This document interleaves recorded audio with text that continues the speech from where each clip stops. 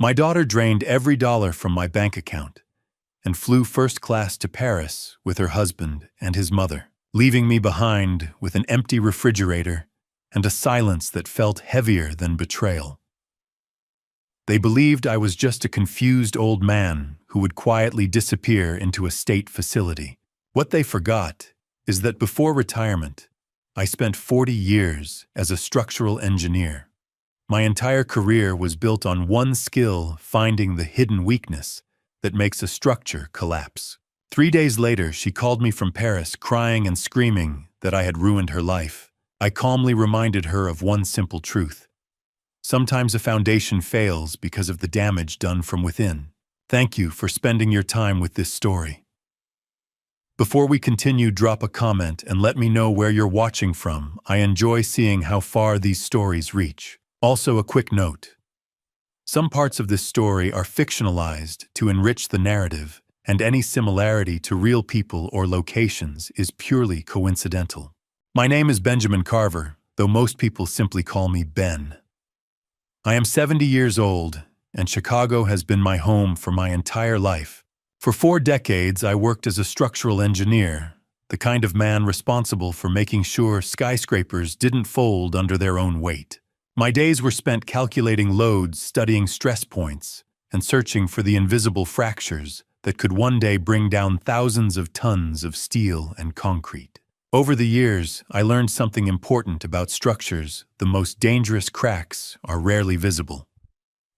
They hide quietly beneath the surface until the entire building begins to tremble. For most of my life, I believed my own world was built on solid ground. After my wife Catherine passed away, I sold the house where we had raised our daughter Abigail. That home held 40 years of memories, but keeping it felt impossible after she was gone. The money from the sale, along with my savings and pension, went into what I believed was a safe account. My plan was simple. I would use the funds to support myself in my later years and leave the rest as a legacy for my family. I trusted them completely. That I would later realize was my first mistake. It was a Tuesday afternoon when the illusion finally shattered. Chicago was suffocating under one of those heavy summer days when the humidity presses against your chest and makes every breath feel slow and thick. I was standing in line at the CVS pharmacy on Main Street, waiting to pick up my prescription for lisinopril. My heart had been acting strangely lately, an irregular flutter the doctor blamed on stress. But deep down, I knew it was something else. Loneliness has its own rhythm, and sometimes it beats louder than any medical condition. The line moved slowly. Overhead, the fluorescent lights buzzed faintly, a constant electric hum that seemed to burrow straight into my skull. By the time I finally reached the counter, the young pharmacist, Lisa, greeted me with a warm smile. She recognized me immediately. After all, I had been coming there every month for years. I handed her the prescription slip and slid my debit card into the payment terminal. The card was navy blue, issued by Chase Bank, and it had never failed me before. I waited for the familiar beep of approval. Instead, the machine let out a sharp, unpleasant buzz. On the screen, a message appeared that no one ever wants to see. Declined. I frowned, assuming the chip was dirty. I wiped it carefully against my shirt and tried again. This time the buzz sounded even harsher, or maybe it only felt that way, because the woman standing behind me sighed loudly in irritation. Lisa leaned forward slightly, lowering her voice, so the others in line wouldn't overhear. "I'm sorry, Mr. Carver," she said gently. "The system says there are insufficient funds." I let out a dry, awkward laugh. "That can't be right, Lisa. I deposited my pension last week, and the money from selling my house is still in the linked savings account. There should be close to $850,000 there. Could you try running it again?" She nodded and ran the card a second time. Declined. This time a cold sweat formed along the back of my neck. It had nothing to do with the heat anymore. It was the instinctive fear you feel when you step into the street and suddenly realize a car is speeding straight toward you. My hands trembled as I pulled out my phone. I nearly dropped it while opening my banking app. The screen took a moment to load the small, spinning icon mocking my growing panic while my heart pounded against my ribs. Then the numbers appeared. Checking account $0. Savings account $12.43. I stared at the screen, convinced my eyes were playing tricks on me. I refreshed the page. The numbers didn't change. $12. That was all that remained of my life's work. $12 left from the house Catherine and I had built together. $12 left from 40 years of labor. My legs suddenly felt heavy as stone. I stepped aside from the counter and scrolled through the transaction history. There it was, a single enormous transfer completed earlier that morning at exactly 9 a.m. Transfer to external account ending in 4492. Authorized by power of attorney. The words hit me like a punch to the chest. I grabbed the nearby shelf of vitamins to steady myself as the room seemed to tilt sideways. Power of attorney. And with that phrase, a memory from 3 days earlier came crashing back with brutal clarity. I had been sick that day. Barbara, my daughter's mother-in-law, had stopped by with a container of homemade mushroom soup. She told me I looked thin and needed to eat something warm. Barbara had never been particularly fond of me. She often complained that I was too stingy because I refused to buy her son Austin the expensive sports car he wanted. But that afternoon she had been unusually kind. Too kind. I ate the soup. Within an hour, the dizziness began. My vision blurred, and my muscles felt weak, so weak that lifting my head from the pillow seemed impossible. Abigail was there beside me, my daughter sitting gently on the edge of the bed. In her hands was a stack of papers. She was crying. "Dad," she said softly. "The doctors need your signature for the insurance paperwork, just in case you have to go to the hospital." She insisted it was only routine paperwork, something that would allow her to make medical decisions if I lost consciousness. I trusted her. After all, she was my daughter. I trusted her. She was my daughter, the child I had raised and protected for 30 years. When she pointed to the lines on those papers, I signed them without hesitation. My hand trembled from the dizziness, and my signature came out crooked and barely legible, but I signed anyway. Then she asked for my phone. "Dad," she said gently, "there are so many hackers these days. Let me install a security app for you so no one can get into your accounts." It sounded reasonable, sensible even. I unlocked the phone and handed it to her without thinking. I gave her my passcodes when she asked, believing she was helping me. In that moment, I felt grateful, even proud, that my daughter was taking care of me. But she wasn't protecting me. She was replacing me. While I lay there half-conscious from the drugs in that soup, Abigail quietly added her own fingerprint and facial recognition to my phone. She transferred the two-factor authentication from my number to her device. Then she used the power of attorney I had just signed to connect my accounts directly to hers. It was not a mistake. It was a plan. The soup, the sudden illness, the paperwork, the phone, every piece of it had been arranged carefully. They had orchestrated the entire thing like engineers dismantling a building one bolt at a time. Standing there in the pharmacy aisle, the realization crushed the air from my lungs. My chest tightened as I stared at the bottle of heart medication sitting on the counter behind the glass. It cost $45. $45 I suddenly didn't have. The pain of that betrayal felt sharper than any heart attack. Just then, my phone vibrated in my hand, pulling me back into the harsh glow of the fluorescent lights. A notification had appeared on the screen. Instagram. I rarely used social media, but I followed Abigail there. It was the only way. I sometimes saw glimpses of her life, small photos that hinted at the future grandchildren Catherine and I had once dreamed about. I opened the notification. The image loaded slowly. It was bright and crystal clear.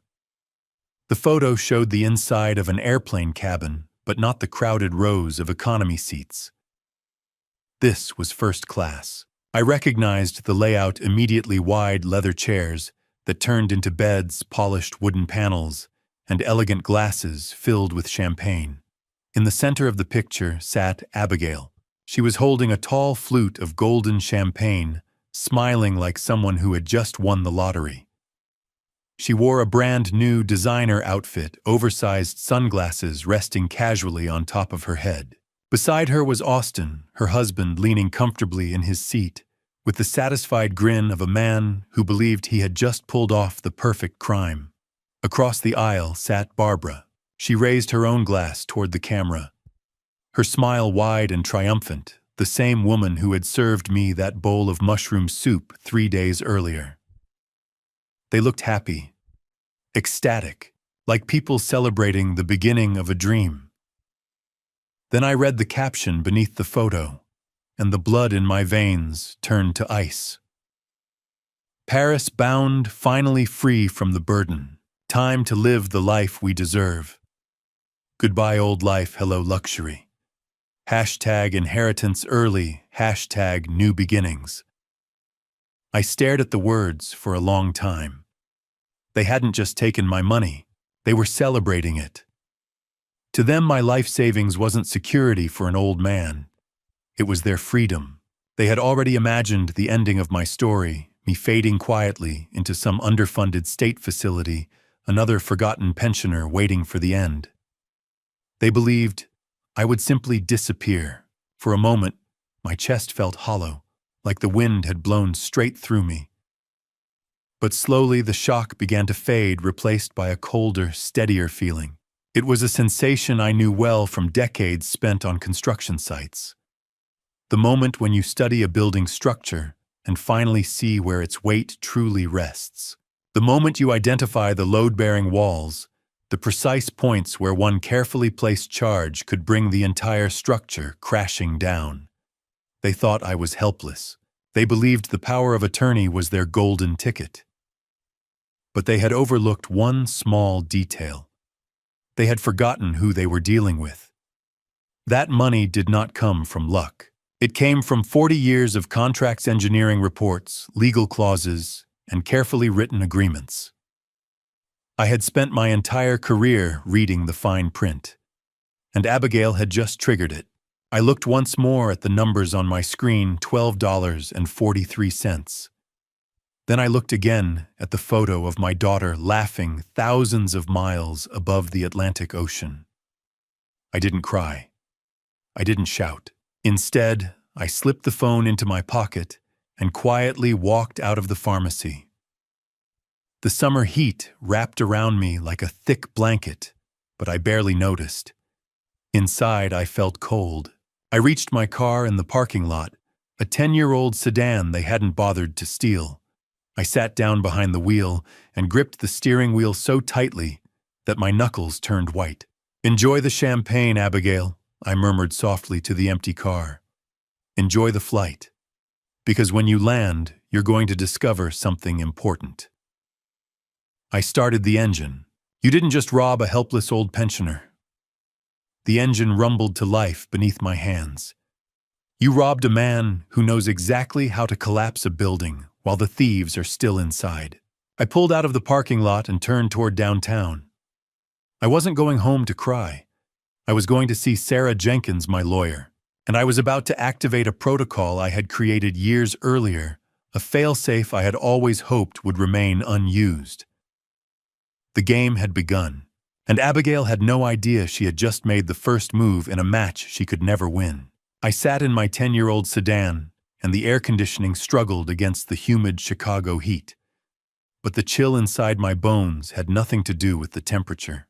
I placed the phone on the passenger seat and engaged the speakerphone. I needed to hear this. I needed to hear their voices one last time before I burned their world to the ground. I dialed Abigail's number. The ringback tone purred through the car speakers, a digital rhythm that mocked my racing heart. Connect. There was a burst of static, followed by the distinct hum of a pressurized cabin. I could hear the clinking of silverware on china and the low murmur of polite conversation. It sounded like a party, Hello! Abigail's voice was loud and slurred. She was shouting over the ambient noise. Dad, is that you? I gripped the steering wheel so hard the leather creaked. You emptied the accounts, Abigail. You took everything. There was a pause and then a giggle, a wet, bubbly sound. Oh, Daddy, do not be such a drama queen. We just borrowed it. You know how expensive Paris is in the spring. Besides, you were just letting it sit there rotting in the bank. We are investing in our happiness. Isn't that what you always wanted? For me to be happy. Investing, I repeated, my voice flat. You left me with $12. I cannot even buy my heart medication. She sighed, a long, exasperated sound that I had heard 1,000 times since she was a teenager. The sound of a spoiled child who has been asked to clean her room. Stop guilt-tripping me. You are fine. You have your pension. Austin's voice cut in sudden and sharp. Give me the phone, babe. I heard a rustle and then my son-in-law's voice filled the car. He sounded smug, the kind of arrogant confidence that comes from a man who has never actually earned $1 with his own hands, but loves to spend the ones others have earned. Listen, old man, Austin said. It is done. The transfer is complete. The money is offshore by now, so do not even think about calling the bank. You have no legal leg to stand on. I never signed a check to you, Austin, I said. I never authorized this. Oh, but you did. Austin laughed. It was a cold, ugly sound. Do you not remember last week you were so sick, Ben? You were practically comatose. You signed the power of attorney. It gives Abigail full control over your assets. Full control, Ben. That means she can do whatever she wants with the money. And what she wanted was a first-class ticket away from your whining. The memory crashed into me like a sledgehammer striking steel. Just a week earlier, last Wednesday, I had been perfectly fine trimming the roses in my backyard and enjoying the quiet afternoon. The sun was warm, the soil still damp from the morning watering. Everything had felt normal. Then Barbara arrived. Austin's mother rarely visited my house. In fact, she usually complained about the drive and found every excuse to avoid coming over. But that afternoon, she pulled into my driveway with an unusually cheerful smile, stepping out of her car while holding a plastic Tupperware container. I made you some mushroom soup, Benjamin, she said sweetly, her voice dripping with artificial concern. You've looked so thin since Catherine passed away. You need to keep your strength up. Her kindness felt strange, but I didn't question it. I invited her inside. The soup was rich and creamy, thick with mushrooms and salt. As I ate, I noticed a faint metallic taste, something slightly bitter beneath the cream, but I brushed the thought away. I didn't want to offend her cooking. Barbara stood nearby, watching me carefully, as I finished every spoonful. Her eyes followed the bowl like a hawk studying a field mouse. About 20 minutes later, the room began to shift. At first it was subtle, just a faint dizziness. Then the floor seemed to tilt beneath my feet. My fingers tingled and went numb. I tried to stand, but my legs felt weak like they were made of water. I collapsed onto the sofa. The room dissolved into blurred shapes and distant sounds as if I were sinking underwater. Then Abigail appeared. My daughter stepped into view, holding a clipboard and a stack of papers. Her face hovered above me, her voice echoing strangely, as if it were traveling through water. Dad, she said urgently. Dad, the doctor needs you to sign this. It's for your insurance. We might have to take you to the hospital. Just sign right here. She placed a pen in my trembling hand. I couldn't read the documents. The letters swam across the page like insects crawling across glass. My vision wouldn't focus, but Abigail gently guided my hand to the line. I trusted her. She was my daughter. So I signed. Back in the present, I stared through the windshield of my car, the memory burning in my chest. You poisoned me, I whispered quietly to the empty dashboard. You and your mother poisoned me. Austin's voice came through the phone with cold amusement. We sedated you, he corrected casually. You were agitated. We helped you calm down. Honestly, Ben, you should be grateful. We took the burden of managing your finances off your shoulders. You're getting old. You're confused. You forget things. I do not forget this, I said flatly. Well, you better start getting used to your new reality, Austin replied smugly. Because we didn't just move the money. We made a few phone calls before leaving. My grip tightened around the steering wheel. What calls? I asked. We contacted Adult Protective Services this morning, he said. Told them you've been wandering around and acting unstable. We explained you're a danger to yourself. We also mentioned your dementia. A chill ran down my spine. They didn't just want my money. They wanted me erased. An ambulance should be arriving at your house any minute now, Austin continued. We already reserved a bed for you at the state facility in Jackson. Everything is arranged. You'll be safe there. 3 meals a day and a nice window to stare out of. He paused, then added casually. Oh, and the house is already listed for sale. We should have the payment by the time we return from Europe. In the background, I heard Barbara laughing. Tell him thank you for the upgrade, Austin, she shouted loudly. This seat massages my back.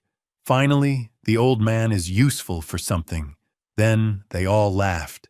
The sound echoed through the phone, 3 predators celebrating their victory, somewhere high above the Atlantic, sipping champagne paid for with 40 years of my work. I stared through the windshield as my car rolled slowly down Elm Street. My house was only 2 blocks away. As I turned the corner, I saw them. A white van with the state seal was parked directly in my driveway.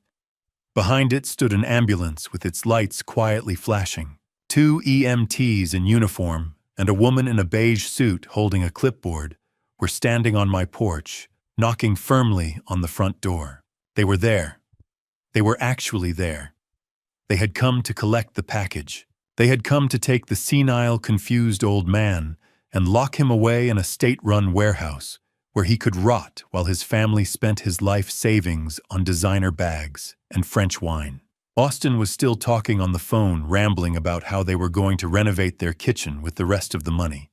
But I stopped listening. I looked at the house. Catherine's rose bushes were blooming by the porch. I had painted those shutters last summer. That house was my life, and there were strangers on the porch ready to take me away from it forever. If I stopped, if I got out of the car, they would take me. They had the paperwork. They had the power of attorney. They had the lies about my mental state. I would be sedated and institutionalized before the sun went down. I did not hit the brakes. I kept my foot steady on the gas. I drove past my own driveway. I saw the social worker turn her head looking at my car as I passed, but she didn't recognize me. She was looking for the confused old man inside the house, not a focused driver on the street. I watched my home disappear in the rearview mirror. I watched the life I knew vanish around the bend. I am not senile, Austin, I said into the phone, my voice low and dangerous. And I am not going to any facility. Oh yeah, Austin challenged. Where are you going to go? You have no money. You have no home. You are nothing. I am a structural engineer.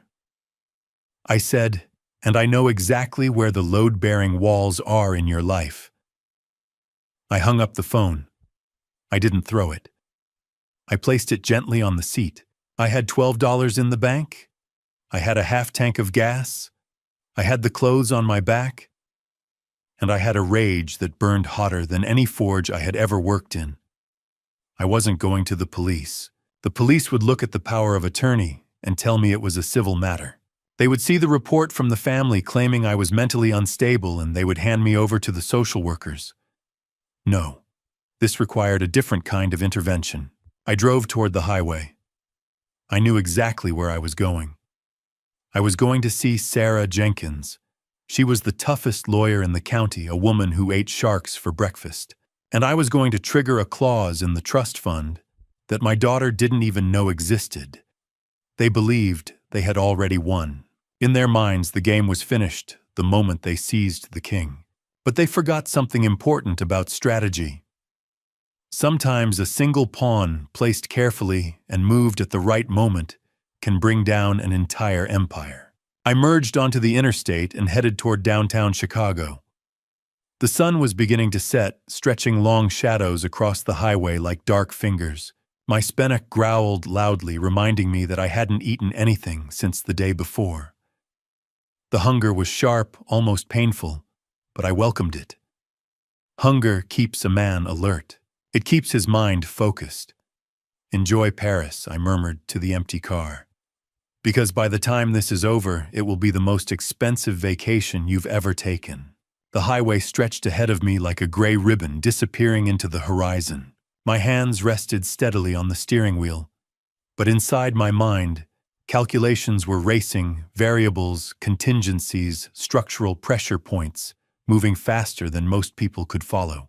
I was on my way to Sarah Jenkins's office, but as I passed exit 42, a sudden realization struck me like a cable snapping under tension.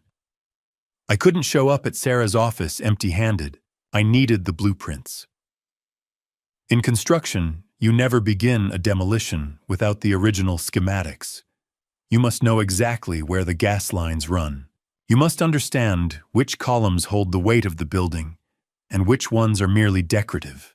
Abigail and Austin believed they had stripped me of everything, every document, every dollar, every ounce of leverage. But they were amateurs. They saw the surface of the structure and assumed they understood the entire building. What they didn't know was that the real foundation was hidden underground. They had never seen the sub-basement.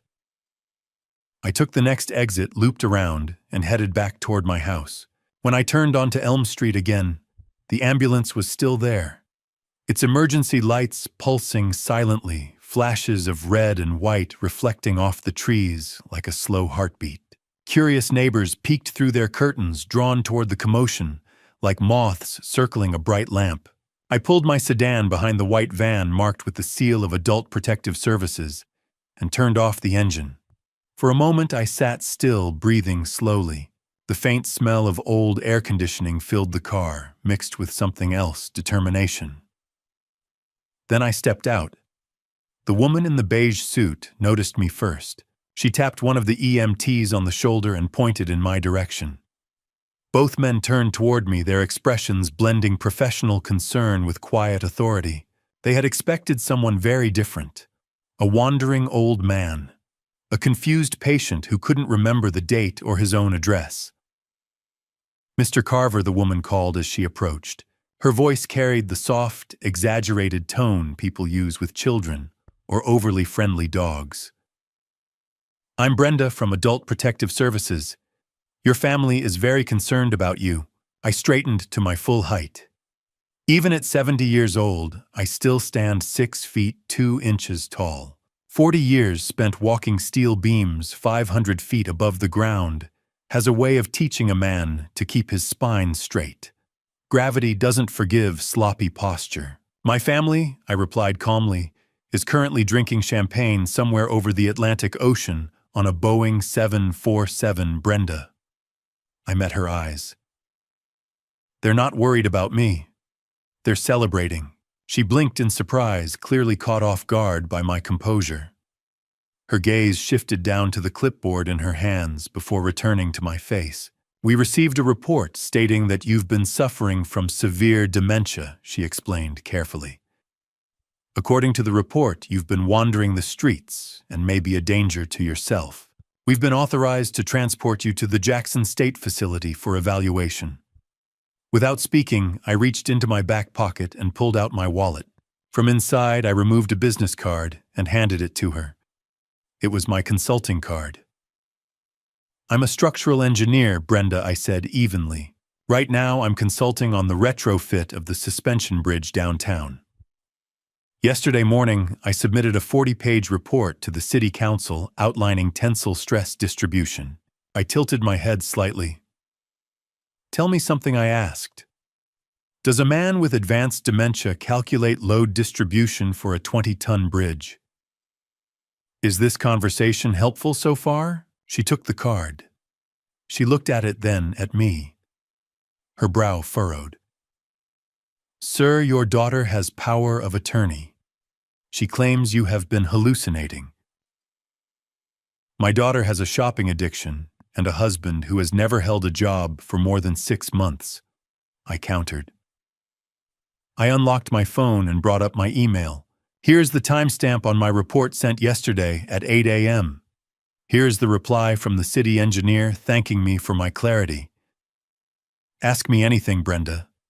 Ask me who the president is. Ask me to count backward from 100 by sevens. Ask me the square root of 144. I waited. The EMTs shifted uncomfortably. They were used to tragedy, not competence. Brenda sighed. She looked at the house, then at the ambulance. She was a bureaucrat, but she was not stupid. She saw the new car in the driveway that Austin had bought last month. She saw my old sedan. She saw a man who was articulate and sharp. Mr. Carver, she said, dropping the patronizing tone. If you are lucid, I cannot force you into the ambulance against your will. The report claimed you were nonverbal and combative. Clearly, that is not the case. Thank you, I said, reaching for my house keys. But sir, Brenda said, stepping in front of me, you need to understand something. The power of attorney is still legally valid until a judge revokes it. Your daughter has listed this property for emergency liquidation. The realtor is on the way over to change the locks. I froze. Listed. They had not just stolen the cash.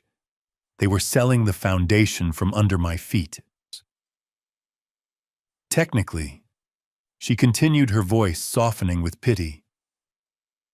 You do not have the right to reside here. If the owner of record, which is now your daughter, acting as your proxy, has ordered the sale, I can leave, but you cannot stay here tonight. If you go inside, you are trespassing. I looked at the house. My house. I thought about the evenings I sat on that porch with Catherine watching the fireflies. I thought about the pencil marks on the kitchen door frame measuring Abigail's height. I understand the legalities, Brenda, I said. I just need to retrieve my personal effects, my medication, my clothes. Surely you will not deny an old man his heart pills. She hesitated, then she nodded. 5 minutes, Mr. Carver. Then we all have to clear out. I walked past her. I walked past the EMTs. I put my key in the lock. It turned with a familiar, heavy click. The house smelled of lemon pledge and emptiness. They had already been here. The television was gone. The silver candlesticks Catherine loved were gone. The paintings had been taken off the walls, leaving pale rectangular ghosts on the wallpaper. They had stripped the place of anything they could pawn quickly. I did not cry. Crying is for when you are hurt. I was not hurt anymore. I was in assessment mode. I was looking for the structural flaw. I walked straight to my study. They had ravaged this room too. The computer was gone. The drawers of my desk had been pulled out and dumped on the floor. Papers were everywhere. Invoices, receipts, old birthday cards. They had looked for money. They had looked for bonds. They had looked for anything obvious. But Austin and Abigail were surface-level people. They looked at the drywall and thought that was the house. They never checked the joists. Before I show you what I found, that changed everything. Comment 1 below, so I know you're still here with me in this story. Also, a quick heads up, the next part includes some fictionalized elements for storytelling purposes. If that's not something you enjoy, feel free to stop watching here. I knelt down on the floor in the corner of the room, behind where the heavy oak filing cabinet used to be.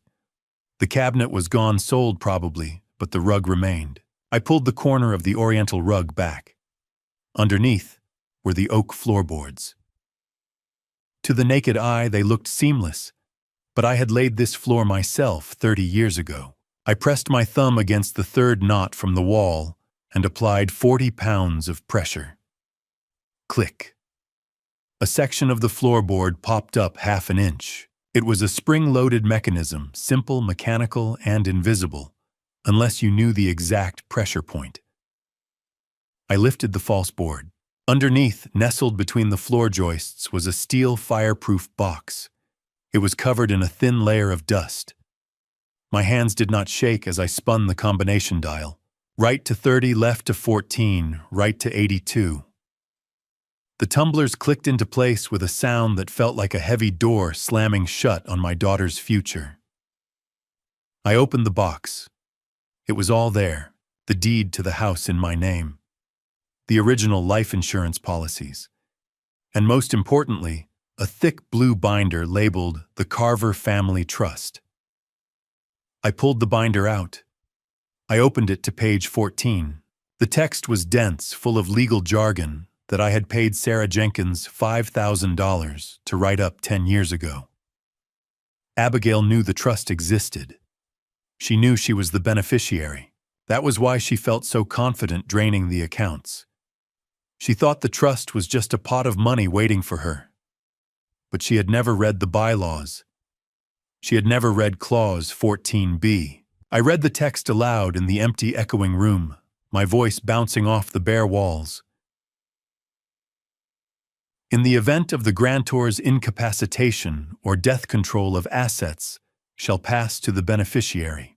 However, should any assets be withdrawn from the primary holding accounts prior to the certified death of the grantor without the countersignature of the appointed trust protector, such withdrawal shall be classified as an immediate taxable distribution and shall trigger the immediate dissolution of the asset protection shield. Furthermore, any party facilitating such unauthorized withdrawal shall be immediately liable for the full tax burden, plus a 40% early withdrawal penalty. I smiled. It was a cold smile. Abigail had used the power of attorney to bypass the bank's security, but the money she moved was trust money. By moving it without the trust protector's signature, and I was the trust protector, she had unwittingly reclassified $850,000 from a tax-exempt inheritance into immediate taxable income. She didn't just steal my money.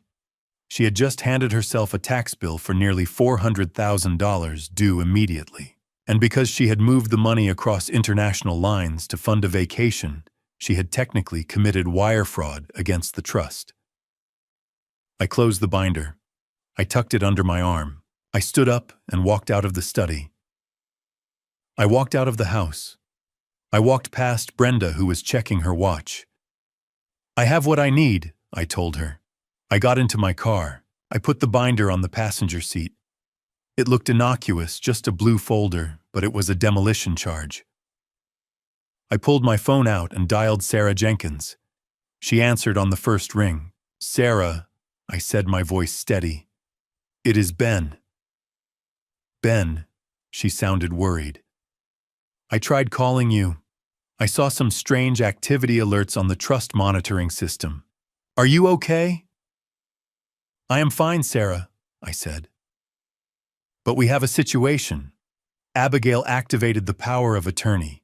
She drained the accounts. She is in Paris. There was a silence on the line, then a sharp intake of breath. "She drained the trust accounts without your counter-signature." "Every penny," I confirmed. "Oh my God," Sarah whispered. "Audrey's Ben, she just triggered Clause 14b. The IRS obinated systems are going to flag that withdrawal within 48 hours. "I know," I said. "That is why I am calling. I want you to initiate Protocol Omega." Protocol Omega was our code word. It meant the nuclear option. It meant we were not just letting the IRS handle it. It meant we were actively assisting them. It meant filing an immediate lien against any assets purchased with the stolen funds. "Ben," Sarah warned, her voice serious. "If we do this, there is no going back. This will destroy her credit. It will freeze her assets. It could send her to prison. She is your daughter. I looked at the empty house. I looked at the ambulance that had come to take me away to a warehouse for the forgotten. She ceased being my daughter when she signed the papers to have me committed, Sarah, I said. She is just a defendant now. Execute the protocol. I hung up the phone. I put the car in gear and drove away from my home for the last time. I had no roof over my head. I had $12, but I had the blueprints, and the demolition had just begun. I walked into Sarah Jenkins's law office 20 minutes later. The air conditioning was humming, and the smell of old paper and expensive coffee filled the room. Sarah sat behind her mahogany desk, looking at the blue binder I had placed in front of her. She was wearing her reading glasses, the ones she only put on when she was looking for a loophole or closing a trap.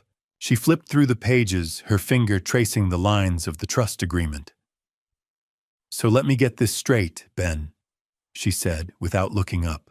Abigail used the power of attorney to transfer the entire balance of the trust's holding account into a personal checking account jointly held by her and Austin. That is correct," I said, sitting in the leather chair opposite her. My hands were folded in my lap. I felt remarkably calm, like the quiet before a controlled explosion. Sarah took off her glasses and looked at me. Her eyes were wide with a mixture of horror and professional admiration. "Do they have any idea what they just did?" "No," I replied. "They think they just robbed a piggy bank. They do not understand the tax code." Sarah laughed, a sharp barking sound. "They certainly do not, Ben. This is catastrophic for them. The trust was set up as an irrevocable dynasty trust. The funds are tax-exempt only if they remain within the trust structure or are used for specific qualified expenses like health care or education. By moving the funds to a personal account for personal use, specifically a luxury vacation, and paying off a mortgage, they have triggered a taxable event." She grabbed a calculator and started punching in numbers. The keys clacked loudly in the quiet office. "Okay, here's the damage," Sarah said. "The $850,000 is now considered immediate taxable income for this fiscal year. That puts them in the highest federal tax bracket, which is 37% plus state taxes. But here is the kicker.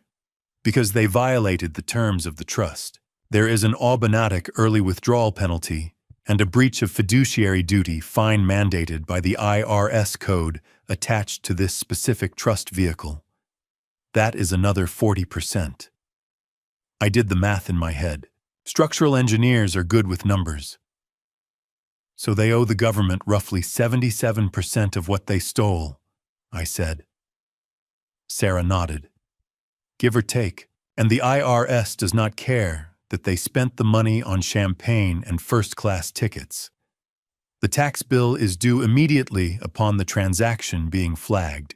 If they cannot pay it, the IRS will garnish their wages, seize their assets, and put a lien on every piece of property they own for the next 20 years. She looked at me expectantly, waiting for me to tell her to call the police. That was the standard procedure: theft, fraud, elder abuse. "Shall I call the district attorney?" Sarah asked, reaching for her phone. "We can have a warrant issued for their arrest by the time they land at Charles de Gaulle." "No," I said softly. "Put the phone down, Sarah." She frowned. "Ben, they stole your life savings. They left you destitute. They tried to put you in a home. They belong in jail. They will end up in jail eventually." I said, my voice steady. "But if we arrest them now, they get a public defender. They get a plea deal. They get to play the victim and say they were just trying to care for their senile father and made a mistake. A jury might even feel sorry for them. No, I do not want them in handcuffs. Not yet." I leaned forward. "I want them crushed, Sarah.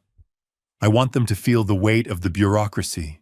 I want them to wake up every morning for the rest of their lives, wondering which government agency is going to take their toaster. I want them to be ground down into dust by the relentless machinery of the United States tax code. Report the transaction to the IRS. File the suspicious activity report with the Treasury Department. Let the auditors loose." Sarah smiled a slow, dangerous smile. She liked it. It was vicious. It was clean. It was legal. "Consider it done," she said, making a note on her legal pad. "Now what about your living situation? We need to get you access to some funds. I can file an emergency motion to freeze the accounts, but that will take a few days." "I have $12, Sarah," I said. "I will be fine for a few days. But there is one more thing." I reached into my briefcase, the battered leather bag that had carried my lunch and my blueprints for 40 years. I pulled out a thin manila folder. It was labeled simply, "Project Anchor." I slid it across the desk to her. "What is this?" Sarah asked, opening it. 2 years ago, Austin's construction company was going under, I explained. He had overextended himself on a development deal in the suburbs. He owed creditors nearly $200,000. He was going to lose his house. He was going to lose everything. Abigail came to me crying. She didn't ask for money directly, but she told me how scared she was. I didn't tell her I helped. I continued. I knew Austin's pride. If I had given him the money, he would have resented me. And frankly, I knew he was bad with money. So I did something else. I set up a shell company, Orion Holdings. Sarah's eyes scanned the documents in the folder. Her eyebrows shot up.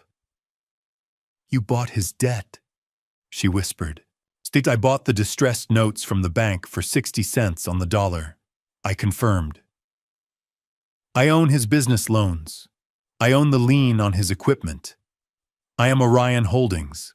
For 2 years he has been making minimum interest payments to a P.O. box, thinking he was lucky the bank sold his debt to a lenient investor.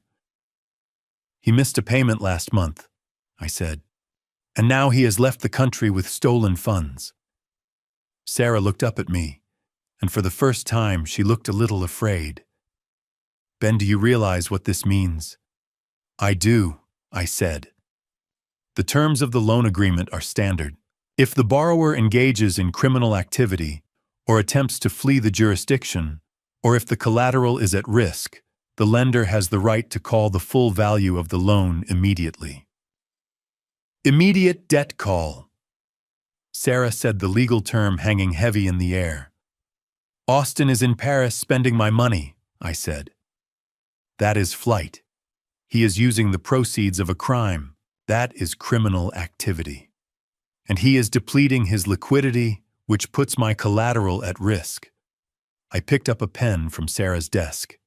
It was a heavy, expensive pen. It felt like a weapon. "Draft the letter, Sarah. Orion Holdings is calling the debt. He owes $200,000 payable within 24 hours. If he does not pay, we seize everything, the trucks, the tools. And since he put his house up as secondary collateral, we seize that too." "But Ben," Sarah said, her voice hushed. "If we do this and the IRS freezes his assets and you seize the house, they will have nothing. They will be homeless. They will be bankrupt." I looked out the window of her office. I could see the city skyline, the buildings I had helped build. Steel and concrete do not care about your feelings. They only care about physics. If you remove the support, the structure falls. "They tried to put me in a state facility, Sarah," I said. "They tried to take my home. They left me with $12. They did not care if I was homeless. They did not care if I died." I uncapped the pen. Austin always wanted to be a big shot. I said, signing my name at the bot Ben of the authorization form. He always wanted to play in the big leagues. "Well, welcome to the big leagues, Austin." I pushed the paper back to her. "Execute the order," I said. "Seize the house." Sarah looked at the signature. Then she looked at me. She nodded slowly. She picked up her phone. "I will get the writ of attachment filed this afternoon," she said. "The sheriff will post the notice on their door by sunset. By the time they wake up in Paris, they will be trespassing in their own home." "Thank you, Sarah," I said, standing up. I walked to the door. I had no money for a cab. I would have to walk to the shelter or sleep in my car. But as I walked out of that air-conditioned office onto the hot pavement, I didn't feel poor. I felt powerful. I had just pulled the pin on a grenade and rolled it into their first-class cabin. All I had to do now was wait for the boom. While I was trying to find a comfortable position in the back seat of my sedan, parked in a 24-hour supermarket lot 4,000 miles away, the sun was setting over the city of lights. It was 8 o'clock in the evening in Paris. The air was cool and smelled of expensive perfume and the exhaust of vintage cars. My daughter Abigail, her husband Austin, and his mother Barbara were walking through the gilded revolving doors of the Ritz Paris. They were entering a world they believed they belonged in, a world of unlimited credit and zero consequences. They did not know that the ground beneath their feet had already liquefied. They were walking on air, and gravity was about to file a complaint. They were seated at one of the best tables in the hotel's Michelin-starred restaurant. The room was a palace of gold leaf mirrors and velvet curtains. A harpist was playing something soft and classical in the corner. The other diners were oil tycoons, diplomats, and old European money people who knew how to be rich quietly. My family, on the other hand, was loud. They were drunk on the adrenaline of theft. They ordered everything. They started with Osetra caviar, the kind that costs more per ounce than gold. They ordered the foie gras terrine with a fig reduction. They ordered the blue lobster caught off the coast of Abigail. They ordered the Wagyu beef flown in from Japan. And the wine. Austin ordered a bottle of Chateau Margaux Vintage 2005. The sommelier raised an eyebrow, but Austin just waved his hand dismissively. "Bring 2. Austin said loud enough for the table next to them to hear. "We are celebrating a merger." It was not a merger.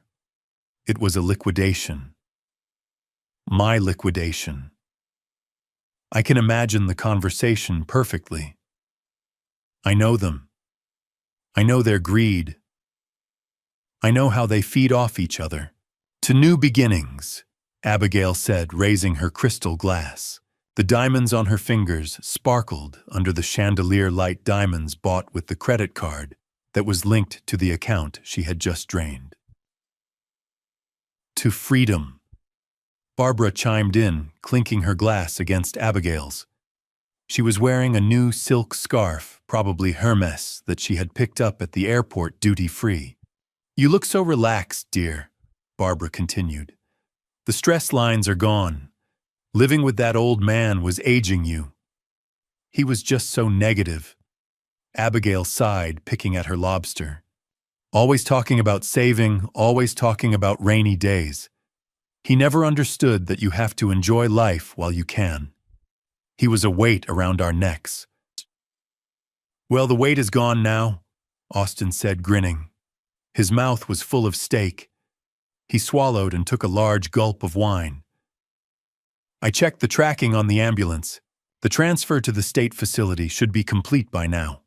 He is probably sitting in the common room eating green jello and watching Wheel of Fortune."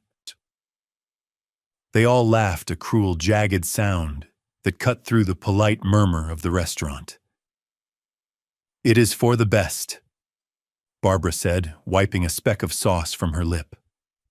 "He was losing his mind. You did the responsible thing, Abigail. You made the hard choice. And look at the reward." She gestured around the room at the gold and the crystal. "Speaking of rewards," Austin said, leaning forward conspiratorially, "I was looking at real estate listings on the flight over. Since we have the liquidity now, why stop at a vacation? Why not an investment? There is a villa in the south of France near Nice. 6 bedrooms, a pool overlooking the Mediterranean. It is a distress sale. We could pick it up for a steal, renovate, and flip it in 2 years for double." Abigail's eyes lit up. A villa, oh Austin, that sounds amazing. We could spend our summers there. I could finally start my painting again. And I could have the guest cottage, Barbara added quickly. I have always wanted to retire in France. The air is so much better for my constitution. We will call the agent Bonoro, Austin promised grandly. We will put down a cash deposit. We have the funds, thanks to Ben. They toasted again to my name, to the man whose life they had dismantled to buy a fantasy. They ate until they were stuffed. They drank until their cheeks were flushed. They ordered dessert, a chocolate soufflé that had to be ordered 30 minutes in advance. They sat there bloated and happy, convinced that they had won the game of life. Then the bill came. It arrived on a small silver tray, discreet, and folded in heavy cream paper. Austin snatched it up before the waiter could even step back. He wanted to see the number. He wanted to feel the power of paying it. He opened the folder. He whistled. 4,200 euros, he announced proudly. Not bad for a Tuesday night. Let me get this one, babe, Abigail said, reaching for her purse. It is my treat. No, Austin said, waving her off. I want to use the corporate card. I need the points for the status upgrade. Besides, I am the man of the house now. I should pay for the ladies. He reached into his wallet. He bypassed the debit cards and the standard credit cards. He pulled out a sleek, heavy card made of black anodized titanium. It was the American Express Centurion card issued to his construction company, the card he used to impress his friends. The card that was backed by the line of credit I had secretly purchased 2 years ago under Orion Holdings. He placed the black card on the silver tray with a flourish. Add 20% for yourself, Austin told the waiter with a wink. Service was acceptable. The waiter, a man in a pristine white tuxedo jacket, bowed slightly. Merci, monsieur. He took the tray and walked away toward the payment terminal near the entrance. Austin leaned back in his chair, linking his hands behind his head. I love this city, he declared. I feel like I was born to live here. Maybe we should look at apartments in Paris, too. A pied-à-terre. Why choose? Barbara giggled. Get both. We can afford it. They chatted about curtains and upholstery for the imaginary villa. They did not look at the waiter station. They did not see the waiter swipe the card. They did not see the waiter frown. They did not see him swipe it again. They did not see him pick up the phone and dial the authorization center. If they had been looking, they would have seen the color drain from the waiter's face. They would have seen the manager, a stern man with a mustache, step over and look at the terminal screen. They would have seen the manager nod once sharp and definitive. 5 minutes passed, then 10. What is taking so long? Austin grumbled, checking his watch. It is a simple transaction. Do they not know who I am? Maybe they are admiring the card, Barbara suggested. They probably do not see many black cards. Austin chuckled. True, it is an exclusive club. Then the manager approached the table. He was not smiling. He was flanked by the waiter and 2 large men in dark suits who had been standing by the door. The music seemed to stop.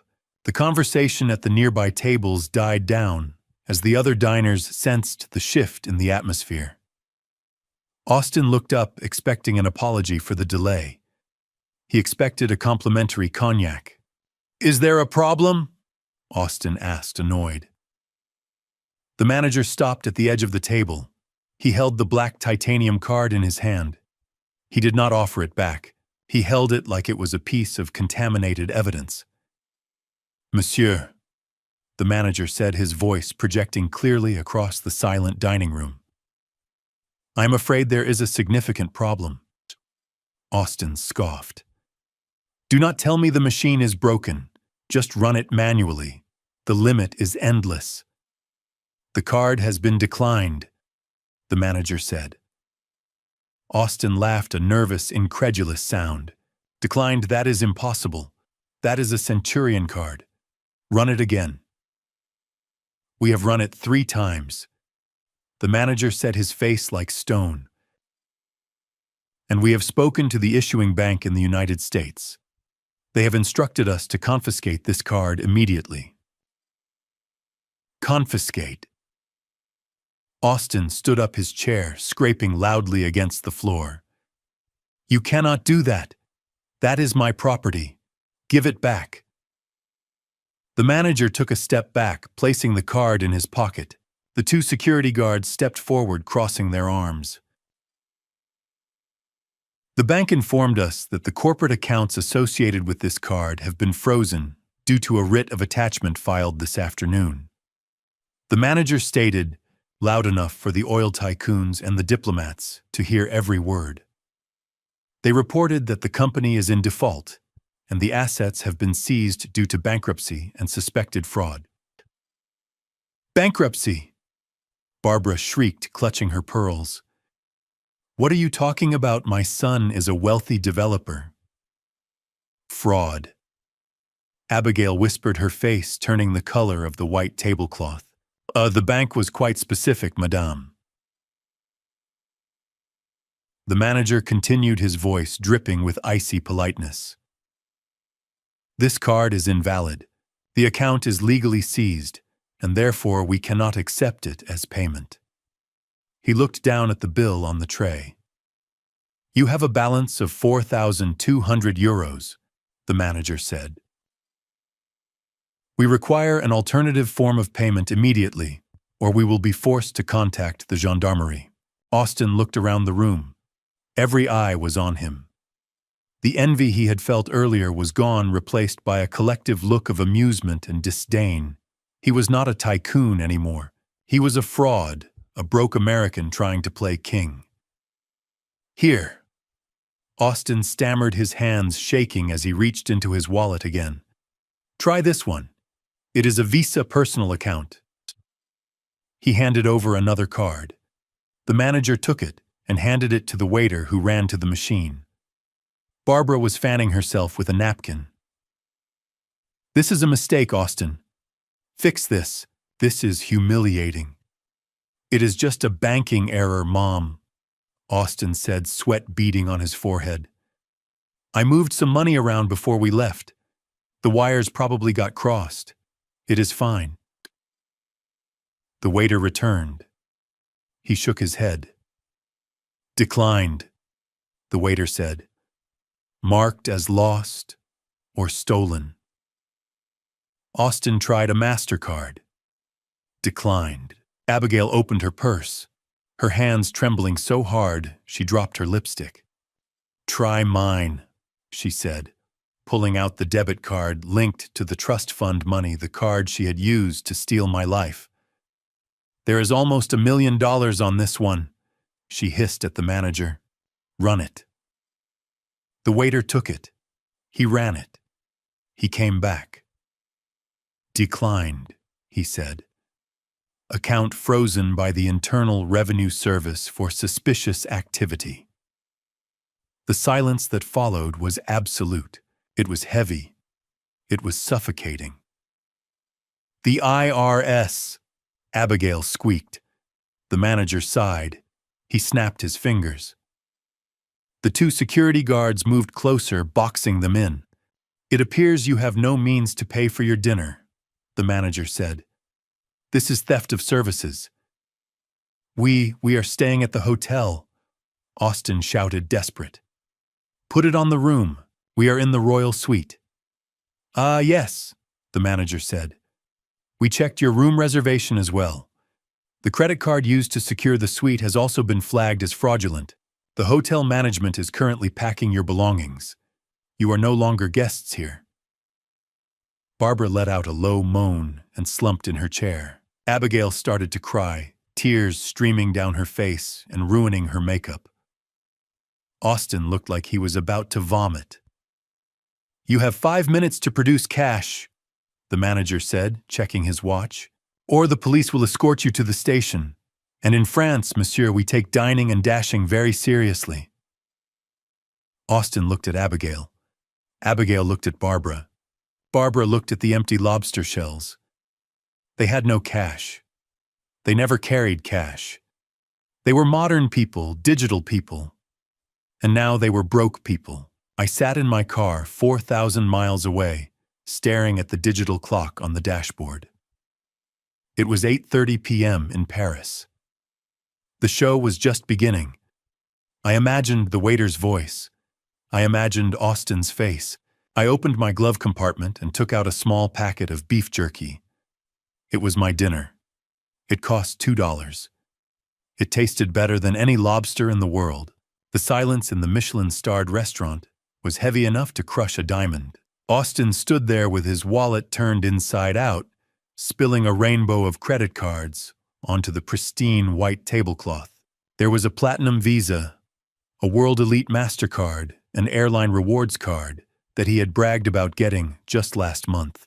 He was sweating profusely now, the perspiration soaking through his expensive dress shirt and making the fabric cling to his skin like a second layer of panic.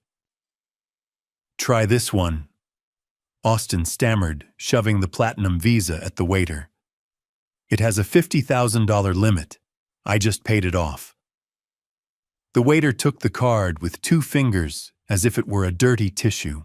He walked to the terminal. He inserted the chip. The machine hummed for a second, a cruel mechanical pause that offered a sliver of hope before the screen turned a bright, angry red.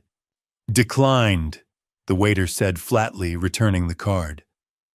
"Try the MasterCard." Austin insisted, his voice rising an octave. "It has to work." It did not work. Then he tried the airline card, then the gas card, then the debit card from a secret account he thought I didn't know about. Declined. Declined. Declined. It was a symphony of rejection. What they did not understand was the nature of the trap I had sprung. When I called the bank to report the fraudulent activity on my trust account, I did not just flag a single transaction. I flagged the identities associated with the theft. I reported a massive cross-border financial crime involving identity theft and elder abuse. In the United States banking system, when a social security number is flagged for that level of fraud, the security algorithms go nuclear. They do not just freeze one account. They freeze everything linked to that identity to prevent money laundering and capital flight. Austin and Abigail were radioactive. Every computer system in the Western world now saw them as high-risk criminals. "Abigail," Austin hissed, turning to my daughter. "Give me your card, the one with the trust money." Abigail fumbled with her clutch, her fingers slipping on the clasp. She pulled out the card, the plastic key to the $850,000 she had stolen from me. "And this has to work," she whispered, more to herself than to the room. "It is cash. It is liquid." She handed it to the manager. He swiped it. "Authorized?" she asked, hopeful. "Seized," the manager corrected. "This card has been flagged by the United States Department of the Treasury." Abigail let out a small, choked sound like a balloon losing air. She looked at Austin. Austin looked at the floor. Barbara, who had been fanning herself with a menu, suddenly stopped. Her eyes darted around the room, realizing that the walls were closing in. "We will go to the hotel safe," Barbara announced, standing up with as much dignity as she could muster, which wasn't much. "We have cash in the room, thousands of euros. We will go get it and come back." The manager stepped in front of her, blocking her path. "I am afraid I cannot allow you to leave, madame. Not without collateral.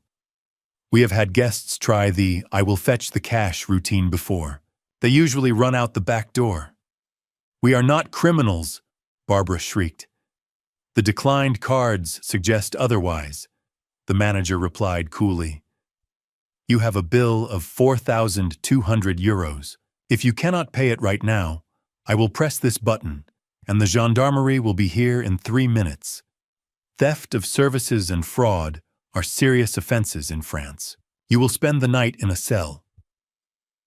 The word cell hung in the air. I could practically smell their fear across the ocean. Austin looked at the security guards. He looked at the exit. He realized he wasn't fast enough. Barbara looked down at her wrist.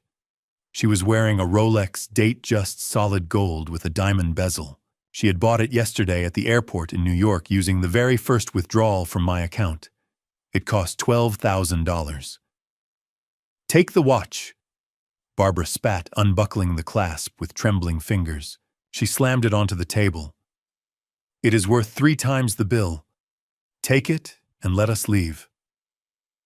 The manager picked up the watch. He inspected it under the light, checking the movement, checking the weight. He nodded. "And the ring," he added, pointing to the 2-carat diamond solitaire on her finger. "Not another purchase from yesterday for the inconvenience and the tip for my staff." "You are robbing me," Barbara screamed. "I am negotiating a settlement to avoid your arrest," the manager said. "The ring, madame, or the police?" Barbara looked at Austin, expecting him to defend her. Austin looked away. He was a coward.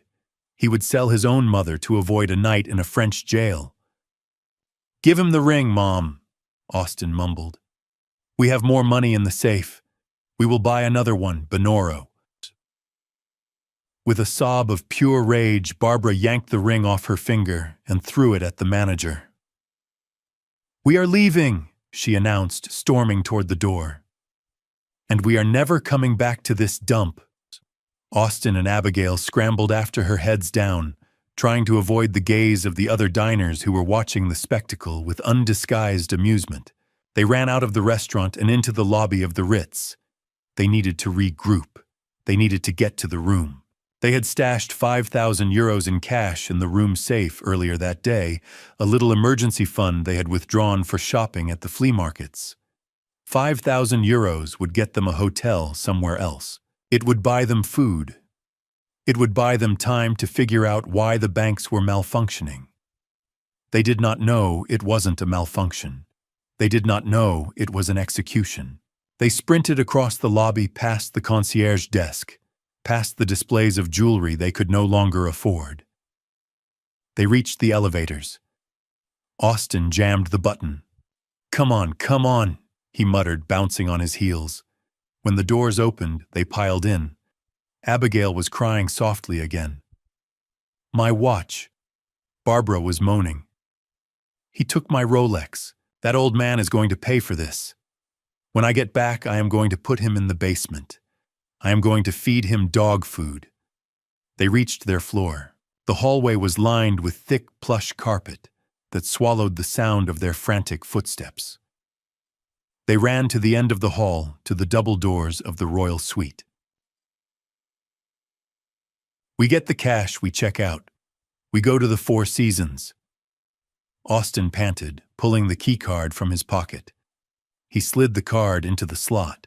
Usually there was a satisfying green light and the click of the lock disengaging. This time the light flashed red. "Beep!" Austin frowned. He wiped the card on his pants. He tried again. Red light. Beep. "What is wrong with you?" Barbara snapped, pushing him aside. "Let me do it." She took her keycard. She inserted it. Red light. Beep! Abigail tried hers. Red light.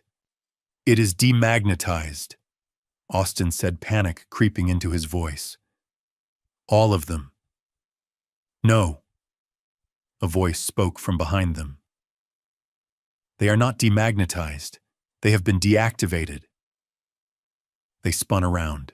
Standing at the end of the hallway, blocking the path to the elevators, was the general manager of the hotel. He was a tall man with impeccable posture and a face that looked like it was carved from granite. Flanking him were 2 large men in security uniforms. They were not smiling. They were not offering room service. They were standing with their hands clasped in front of them, creating a human wall. Mr. and Mrs. Carver, the general manager, said, his voice calm but projecting authority. And Mrs. Kingsley, I'm afraid there has been a development regarding your reservation. Open this door, Austin shouted, trying to bluster his way through the fear. We have cash inside. The safe has been emptied by our security team under the supervision of the local authorities, the manager said, holding up a sealed plastic bag containing their stack of euros. This cash has been seized as partial payment for the room charges you have incurred, but failed to secure. Seized, Abigail gasped. The credit card on file was reported as stolen and used fraudulently, the manager explained. We received a notification from the bank and a call from the U.S. Embassy. We do not harbor criminals in the Ritz Paris. Criminals, Barbara screeched. Do you know who we are? Yes, the manager said. We know exactly who you are. You are trespassers. Your luggage has been packed. It is waiting for you on the curb outside. He pointed down the hallway. You will leave the premises immediately. If you refuse, these gentlemen will assist you. And I must warn you, the police are already on their way to collect a statement regarding the credit card fraud. I suggest you are not here when they arrive. Austin looked at the sealed bag of money in the manager's hand. It was their lifeline. It was their food. It was their shelter. That is our money. Austin lunged forward, reaching for the bag. The security guard moved faster than a man his size should be able to move. He stepped in front of the manager and shoved Austin back. Austin stumbled and fell onto the plush carpet. Do not make this worse, monsieur, the guard growled. Abigail looked at the closed door of the suite. Her clothes were in there, her chargers, her toiletries. My things, she wailed. On the curb, the manager repeated, pointing again. You have 2 minutes to vacate the floor before we physically remove you. Barbara looked at Austin on the floor. She looked at the implacable wall of security. She looked at the red light on the door lock. For the first time since she had poisoned my soup, Barbara looked truly terrified. They had no watch. They had no ring. They had no cash. They had no room. They turned and walked toward the elevator. It was a long walk, the walk of people who had flown first class to paradise, only to find out that paradise has a strict no-losers policy. As the elevator doors closed on their faces, shutting out the sight of the luxury they felt entitled to, I opened another packet of beef jerky in my car. They were heading down to the lobby, then out onto the street. It was raining in Paris now. A cold, steady drizzle, and they didn't even have an umbrella. It was 2 o'clock in the morning in Paris, when the final eviction notice was served not on paper, but with the physical force of a closing door. The general manager of the Ritz stood under the awning, his face illuminated by the soft glow of the hotel entrance. He looked at my family huddled on the wet pavement like trash that had missed the bin. The bill for the room guarantee is 15,000 euros for the 3 nights you booked, he said, his voice cutting through the sound of the rain. Plus the 4,000 euros for the dinner you attempted to steal. Since your credit facility has been revoked, we require immediate settlement in cash. We don't have 15,000 euros on us, Austin shouted, his voice cracking. Who carries that kind of cash? Just let us back in. We will call the bank in the morning. It is a misunderstanding. There is no misunderstanding, the manager replied, signaling to the doorman. The bank was very clear. Your assets are frozen. You are insolvent. And the Ritz is not a homeless shelter. You have no ability to pay. Therefore, you have no reservation. He gestured to the sidewalk. Please leave the property immediately. If you attempt to re-enter the lobby, you will be arrested for trespassing. The heavy glass doors swung shut. The lock clicked with a finality that echoed in the empty street. They were alone. The Place Vendôme is beautiful in the daylight, a square of elegant architecture and high-end jewelry stores. At 2 o'clock in the morning, in a driving rainstorm, it is a cold stone canyon. The rain was not a romantic drizzle. It was a cold, relentless sheet of water that soaked through their expensive clothes in seconds. They stood there, surrounded by a mountain of Louis Vuitton luggage. The hotel staff had dumped their bags on the curb, 6 large, hard-shell suitcases piled up like a barricade against reality. They were filled with designer-clothes, shoes, and the souvenirs of a life they could no longer afford. But right now, they were just heavy, waterproof bricks. Austin tried to drag 2 of the cases under the scant shelter of a nearby bus stop overhang, but the wheels slipped on the wet cobblestones. He slipped, falling hard onto his hip into a puddle of oily water. He screamed a curse word that bounced off the silent facades of the surrounding buildings. Abigail was shivering, her thin silk blouse clinging to her skin. Her hair, the hair she spent hundreds of dollars getting highlighted, was plastered to her skull. She looked at the closed doors of the hotel, then at the dark street. "Call an Uber," she yelled at Austin. "Just get us out of here." "I can't," Austin yelled back, struggling to stand up. "The app is linked to the credit card. It won't let me book a ride without a valid payment method." Barbara was sitting on one of the suitcases, gasping for air. The cold, damp air had triggered her asthma.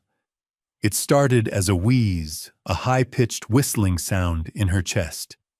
"My spray," she choked out, clutching her throat.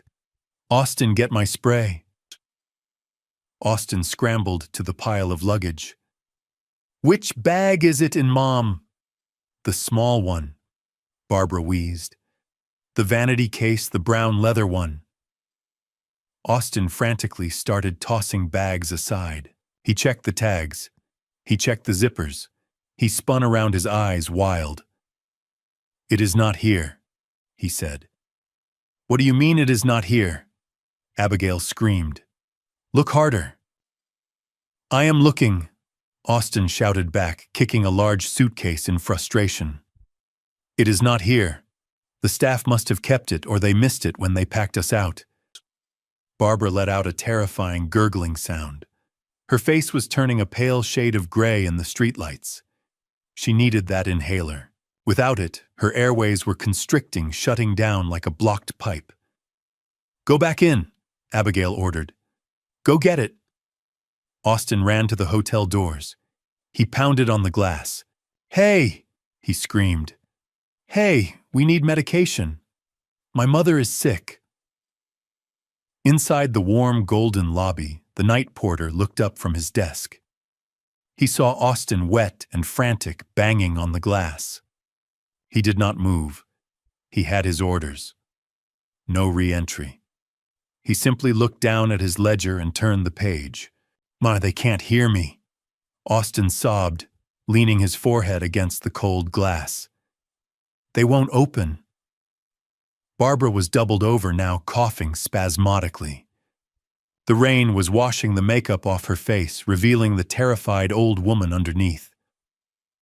Abigail looked at her husband, useless and weeping against a door. She looked at her mother-in-law, gasping for life on a pile of luggage they couldn't move. She realized with a jolt of horror that they were going to die on this sidewalk. They were going to freeze, or Barbara was going to suffocate, and nobody cared.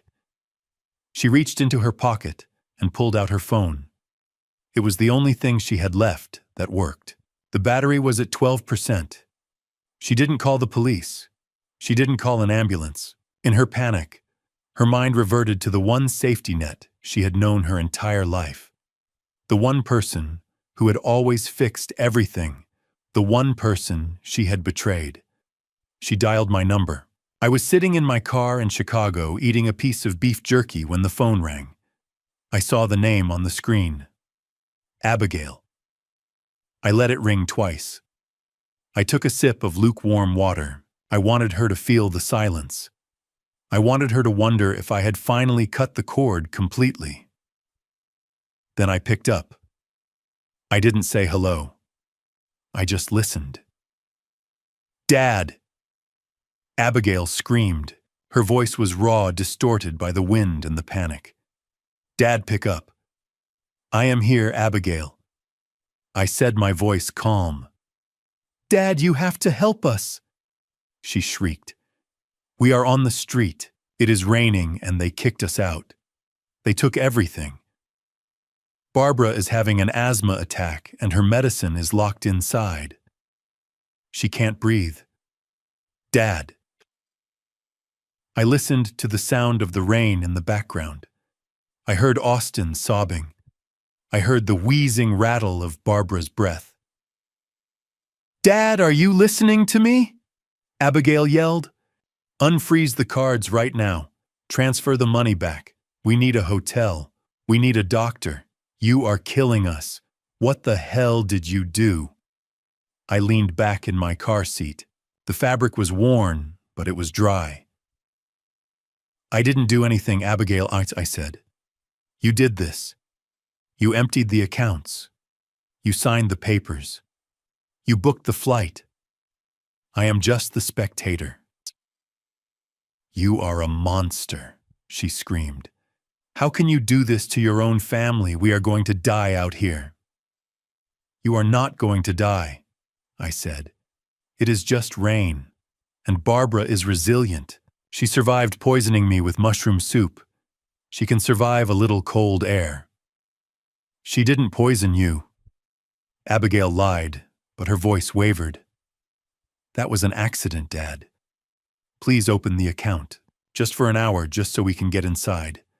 I will pay you back. I swear. Pay me back with what? I asked. The money you stole, that money is gone, Abigail. The IRS has it now, or at least they have a claim on it. And the house, the bank has that. What house? She gasped. Your house, I said. Austin's house. I called the loan Abigail. I am Orion Holdings. I foreclosed on you this afternoon. You are homeless on 2 continents. There was a silence on the line so profound, it drowned out the rain. You own the loan, she whispered. I own everything, I said. I own the debt. I own the trust. I own the narrative. You thought I was a senile old man, Abigail. You thought you could put me in a home and forget about me. But you forgot one thing. What? She sobbed. You forgot that I built the roof you slept under, I said, and I know how to take it down. Barbara let out a loud, desperate wheeze in the background. Dad, please, Abigail begged.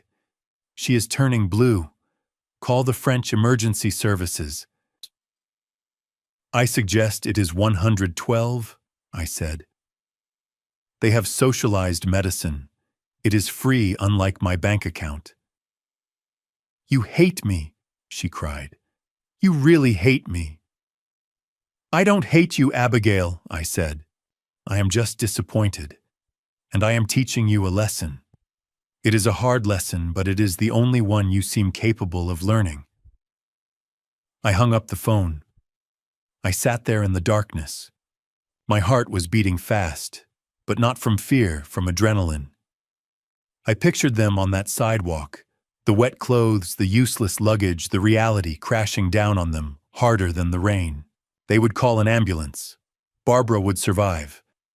The French hospitals were good, but they would be stuck in the system, no passports, because those were likely in the hotel safe too, or soaked in a bag. No money, no place to go. They were about to find out what it really meant to be helpless. I started my car. The engine purred. I had a meeting with a realtor in the morning to look at a new apartment, a place with a view, a place with no memories. I drove out of the parking lot, leaving the ghosts of my family behind in the rain. I sat at the small glass dining table in the furnished apartment I had rented just 3 hours earlier. It was not the Ritz Paris. It was a 2-bedroom unit on the 4th floor of a quiet building in downtown Chicago. But to me it felt like a palace. The air was dry and warm, the lights were soft, and in front of me on a real ceramic plate sat a 16-ounce ribeye steak cooked medium rare with a side of garlic mashed potatoes. It was the first hot meal I had eaten in 4 months that did not come out of a can or a drive-through window. Across from me, Sarah Jenkins sat with a glass of the Cabernet Sauvignon I had picked up on the way over. She had come by to drop off the final paperwork for the debt call and to ensure I was settled. She looked tired, but satisfied the look of a gladiator who had just watched the lions enter the arena. My phone, which I had placed in the center of the table between the salt and pepper shakers, began to vibrate again.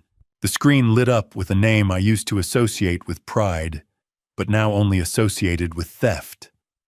Austin. They were persistent. I had hung up on Abigail only minutes ago, but desperation does not adhere to social cues. I looked at Sarah. She raised an eyebrow and took a sip of wine. "Answer it," she said softly. "Let them hear the truth. They need to understand that this is not a negotiation. It is a sentencing hearing." I tapped the speaker icon and answered the call. I did not say hello. I simply cut a piece of steak and put it in my mouth, savoring the juice and the heat. "Shh, you think this is funny, old man?" Austin's voice exploded from the tiny speaker, distorted by rage and the poor connection. "You think you can just leave us here? I'm going to sue you. Do you hear me? I am going to sue you for every penny you have. I will have you declared incompetent so fast your head will spin." I swallowed my food slowly. I took a sip of water. "You're going to have a hard time hiring a lawyer, Austin," I said, my voice calm and steady. "Lawyers generally require a retainer, and as of 3 o'clock this afternoon, you do not have a bank account. You do not even have a credit score." "Shut up," Austin screamed. "Just shut up and fix this. Unfreeze the corporate card. I know you did something to the bank. You called them and told them some lie." "I did not lie," I said. "I told them the truth. I told them that the owner of the company had fled the country with stolen funds and that the company was insolvent. Which brings me to the other news you might have missed while you were ordering caviar." Sarah slid a piece of paper across the table toward me. It was a fax confirmation from the Cook County Sheriff's Office. "What news?" Austin snapped. "Stop playing games." I picked up the paper. "The news about your house," I said. "The sheriff posted a notice of seizure on your front door about an hour ago. The locks have been changed. The property is now under the control of Orion Holdings." There was a moment of silence on the line, a heavy, static-filled void. "Orion Holdings," Austin whispered. "That is the company that bought my debt. How do you know about them?" "I am Orion Holdings, Austin," I said. I could hear him breathing short, sharp gasps like a fish thrown onto a dock. "You," he stammered. "I bought your debt 2 years ago," I said. "I bought it to save you. I bought it so the bank would not take your home. I let you pay minimum interest. I let you skip payments. I tried to give you a chance to build something. But you did not build anything, Austin. You stole from me. And the loan agreement has a very specific clause regarding criminal activity and flight risks. You triggered it. I called the loan. You are in default. The house is gone. The trucks are gone. The tools are gone." "You cannot do that," Austin shrieked. "That is my house. That is my equity." "It is collateral," I corrected him. "And now it is mine." Abigail's voice cut in shrill and panicked. "Dad, stop it. Just stop it. This is insane. We are family. You cannot take our home. Where are we going to live when we come back?" "You are not coming back to that house, Abigail," I said. "And frankly, I do not think you need to worry about where you will live in America for a while. You have bigger problems right there in France." "What problems?" Austin yelled. "We are just stuck at a hotel. We will figure it out. We have the money in your account. the trust money.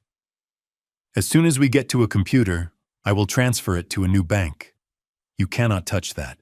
That is Abigail's inheritance." I looked at Sarah. She shook her head slowly, a look of pity on her face, not for them, but for their stupidity. "Austin," I said, leaning closer to the phone, "you really do not understand how money works, do you? That $850,000 was in an irrevocable trust. When Abigail moved it to a personal account without my signature, she committed tax fraud." "That is our money," Austin screamed. "We took it fair and square. The power of attorney gave us the right." "The power of attorney gave you the ability," I said. "It did not give you the right. By moving that money, you triggered an immediate taxable event." Sarah calculated it for me. "Between the federal income tax, the state tax, the early withdrawal penalty, and the fines for breaching fiduciary duty, you owe the IRS approximately 77% of that total." I let that number sink in. 77%, Austin. "And since you have already spent $50,000 on first-class tickets and hotels and watches, you are currently dipping into the government's share." The IRS froze that account, not me. They saw a massive unauthorized transfer, and they locked it down.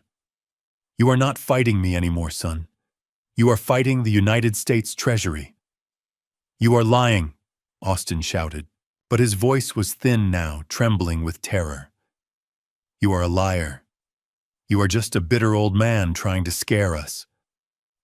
"I am eating a steak dinner in a warm apartment, Austin," I said. "You are standing in the rain in Paris with no money, no home, and a federal warrant likely being drafted for your arrest. Who sounds scared to you?" "I hate you," Abigail sobbed in the background. I hate you so much." "I know," I said. "You hate me because I stopped letting you use me. You hate me because I cut the strings. But you need to save your energy, Abigail. You are going to need it." I signaled to Sarah that I was done. I had said what needed to be said. "Goodbye, Austin," I said. "Good luck with the French police." I reached out and pressed the red button ending the call. The silence that filled the room was heavy, but it was peaceful. I took another bite of my steak. It was delicious, but 4,000 miles away on the Rue Cambon, the silence had been replaced by violence. I learned the details later from the police report and from the embassy transcripts. But I can see it as clearly as if I were standing there in the rain. Austin stared at the phone in his hand, his brain unable to process the total annihilation of his world. He looked at the locked doors of the Ritz. He looked at the pile of wet luggage. He looked at his mother coughing and wheezing on the suitcase. And then he looked at Abigail. It was her father. It was her trust fund. It was her idea to take the trip. It was her failure to secure the money. In his weak, selfish mind, everything that was happening was her fault. He saw his future dissolving the bankruptcy, the homelessness, the prison time, and he snapped. "You stupid witch!" Austin screamed, throwing the phone onto the wet pavement. He lunged at her. Abigail screamed as Austin grabbed her by the shoulders and slammed her back against the stone facade of the building. "You did this!" he roared, shaking her so hard her head snapped back. "You told me he was senile. You told me the money was safe. You lost everything. You useless, spoiled brat." He raised his hand and slapped her. It was a loud crack that echoed in the street. Abigail fell to her knees, covering her face, sobbing. Barbara tried to stand up, wheezing, reaching out to stop him. "Austin, what are you doing?" "Stop it." Austin shoved his own mother away, his eyes wild and unseeing. "Shut up," he yelled. "Just shut up, both of you." He turned back to Abigail, raising his fist again, ready to take out all his fear and failure on the woman he had promised to protect. But the commotion had drawn attention. The doorman from the Ritz had already pressed the panic button under his desk. 2 blocks away, a patrol car of the Police Nationale had been idling, and the officers saw the assault. Sirens wailed, cutting through the rain. Blue lights flashed against the wet stones. Austin froze his fist in the air. He turned to see 3 officers running toward him, batons drawn, shouting commands in French. Arrêtez police, couchez-vous! Austin did not get down. He was too stunned, too arrogant, too stupid. He tried to explain. He tried to step toward them, raising his hands, but not in surrender, in agitation. That was a mistake. The lead officer tackled him. Austin hit the cobblestones hard, his face pressed into the dirty water of the gutter. He felt the cold steel of handcuffs ratcheting tight around his wrists. "Get off me!" he screamed in English, thrashing against the officers. "Do you know who I am? I am an American citizen. I have rights. You are under arrest for public disturbance and assault," the officer said in heavily accented English, yanking Austin to his feet. As they dragged him toward the patrol car, Austin looked back. He saw his mother slumped on the luggage, gasping for air. He saw his wife bleeding from her lip, sitting in a puddle of rain. And he saw the lights of the Ritz shining warm and golden, unreachable, and closed to him forever. He was going to a cell. And he was going alone.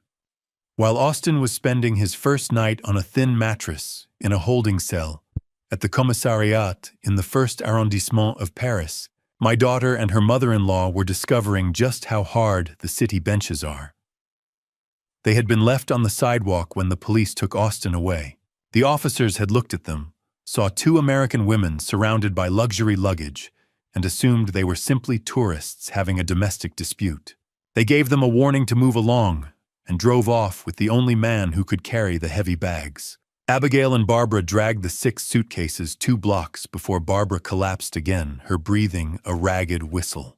They found a bench in the Tuileries garden near the Rue de Rivoli. It was wet, it was cold, and it was the only bed they could afford.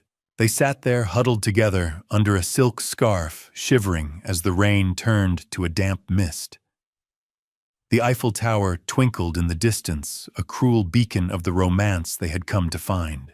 Barbara complained about her back, about the cold, about the injustice of it all.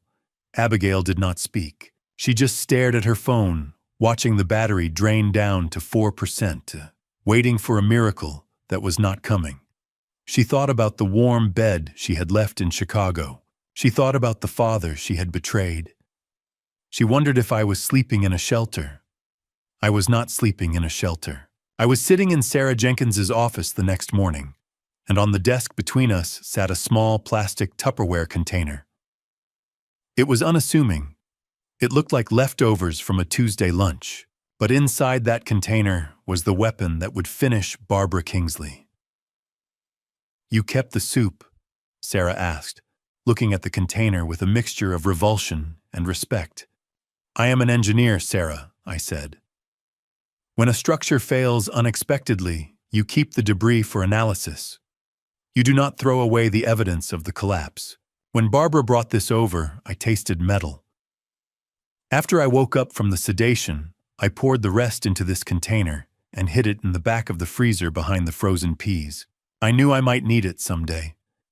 I slid a piece of paper across the desk. It was a toxicology report from a private lab I had visited yesterday afternoon, leaving the apartment. I had used $500 of my new cash to expedite the results. Benzodiazepines. Sarah read, her eyes widening. And a high concentration of crushed antihistamines. "Ben, this is not just sedation. This is poisoning. Given your age and your heart condition, this cocktail could have killed you." "That was the point," I said calmly. "Or at least they did not care if it did. If I died, the trust would have dissolved immediately to Abigail without any oversight. Barbara was betting on a widowmaker." Sarah put the paper down. Her face was hard. "This changes everything, Ben. This is no longer just financial fraud or theft. This is attempted manslaughter. It is aggravated elder abuse in the first degree. In Illinois, that carries a mandatory minimum sentence of 6 to 30 years. Do it, I said. File the charges. Sarah picked up her phone. She called the district attorney directly. She did not use the main line. She used the number she saved for cases that required immediate, violent legal intervention. I listened as she explained the situation, the toxicology report, the motive, the flight risk. I watched her nod. They are issuing the warrant now, she told me, hanging up. And because Barbara is currently overseas, they are flagging her passport in the international database. It is a red notice, Ben. Not the kind for terrorists, but the kind that tells every Cuz-Benz agent in the world that this person is a fugitive. I nodded. It was done. The trap was not just shut. It was welded tight. In Paris, the morning sun slowly rose above the Louvre, painting the ancient stone statues in soft shades of pale pink and gold. The air carried the warm scent of freshly baked bread, drifting from nearby boulangerie. It should have been a beautiful morning, one of those quiet, romantic Parisian dawns tourists travel across the world to experience. But for Abigail and Barbara, it felt like the beginning of another nightmare. They were stiff from the cold night air and painfully hungry.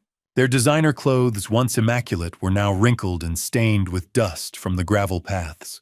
Joggers and early commuters passed by the park benches, casting them brief glances filled with the particular Parisian mixture of irritation and indifference reserved for people who looked out of place. Barbara tried to push herself upright from the bench, but winced sharply, clutching her side. "We need to go to the embassy," she rasped, her voice hoarse. "We are American citizens. They have to help us. They can arrange flights. They can get us home." Abigail nodded slowly, her mind numb from exhaustion and fear. She pulled out her phone and stared at the screen. 2% battery, just enough perhaps to find the embassy address. She quickly opened her email, hoping desperately for a message from Austin. Maybe he had been released. Maybe he had solved everything somehow. Maybe the nightmare was finally ending. There was a new message waiting. But it wasn't from Austin. The subject line appeared in bold red letters, "Urgent Notification, United States Department of State Consular Affairs." Abigail's fingers trembled so violently, she nearly dropped the phone. She tapped the message, watching as it slowly loaded line by line across the screen. To Mrs. Barbara Kingsley and Miss Abigail Carver. Notice of passport revocation and demand for surrender. She read the words again, but they made no sense. It felt like staring at a language she didn't understand. The message continued. Pursuant to an arrest warrant issued by the state of Illinois for the charge of aggravated elder abuse and attempted manslaughter involving the use of a toxic substance, the United States passport belonging to Barbara Kingsley has been revoked effective immediately. The subject is considered a fugitive from justice. Abigail's breathing became shallow. Aggravated elder abuse, attempted manslaughter, fugitive.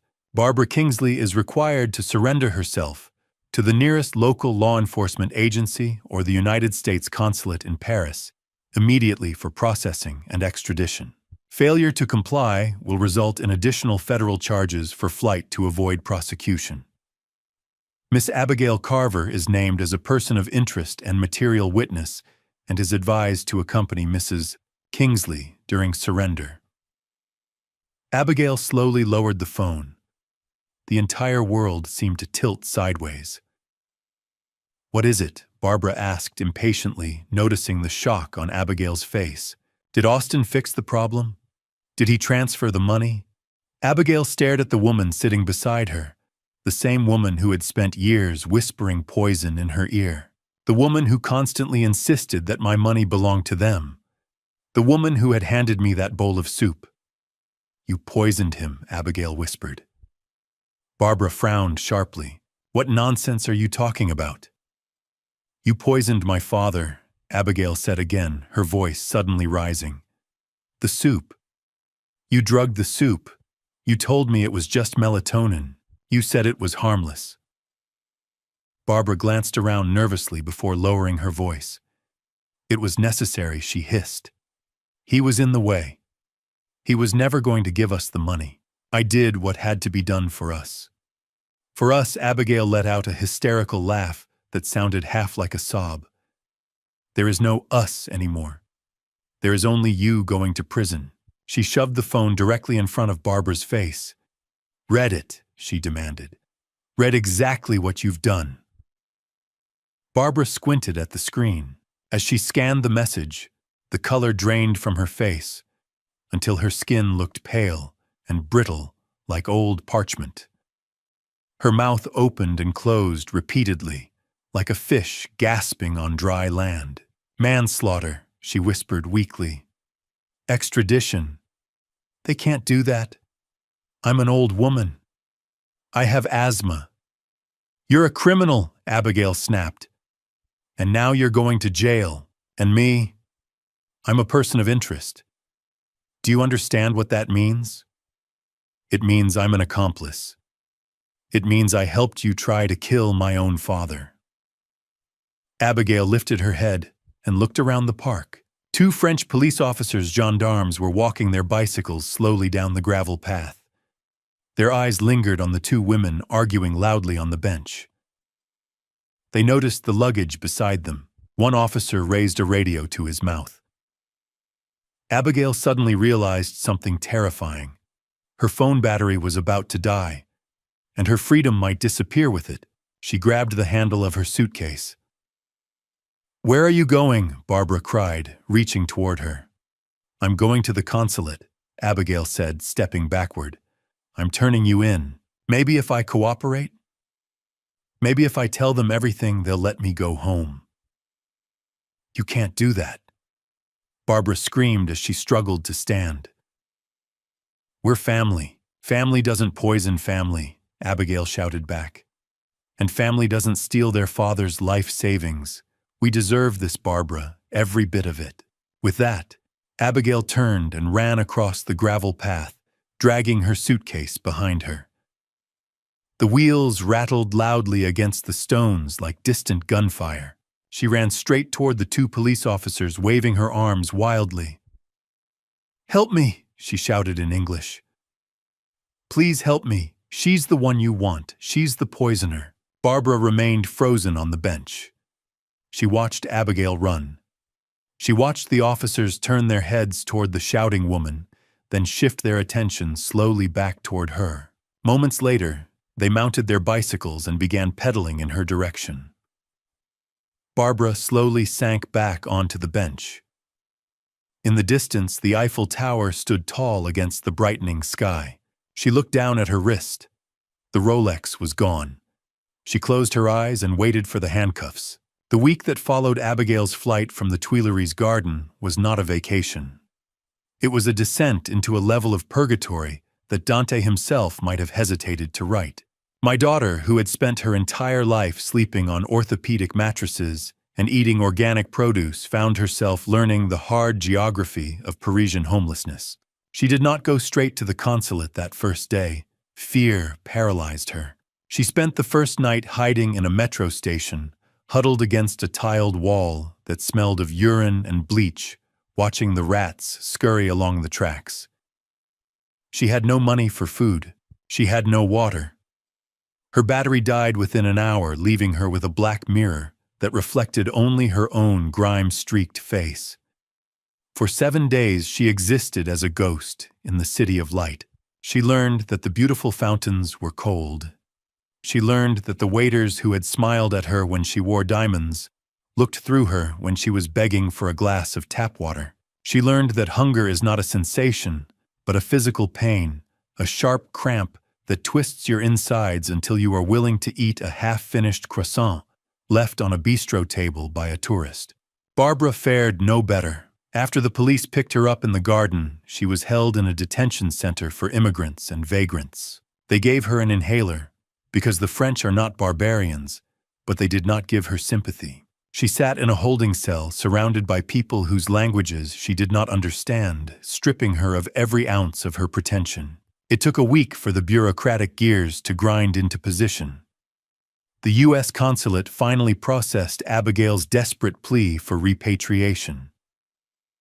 It is not a free ticket, as many people think. It is a loan, a repatriation loan, that effectively seizes your citizenship until every cent is paid back. They were reunited at Charles de Gaulle Airport. They did not hug. They stood 10 feet apart, staring at each other with eyes full of hate. Barbara looked 20 years older. Her hair was a matted gray nest. Her expensive clothes were ruined, stained with the filth of the detention center. Abigail looked hollow. Her designer dress was torn at the hem. She had lost weight, the kind of rapid, unhealthy weight loss that comes from starvation and terror. Austin was not there. The French legal system moves at its own pace, and assault on a public street is not taken lightly. He was sitting in the remand center at La Santé, waiting for a judge who was on vacation. He would be there for months. My daughter was leaving her husband behind, and she did not even look back. The flight home was a masterpiece of karmic symmetry. On the way over, they had sat in row 1, sipping vintage champagne and reclining in lie-flat beds.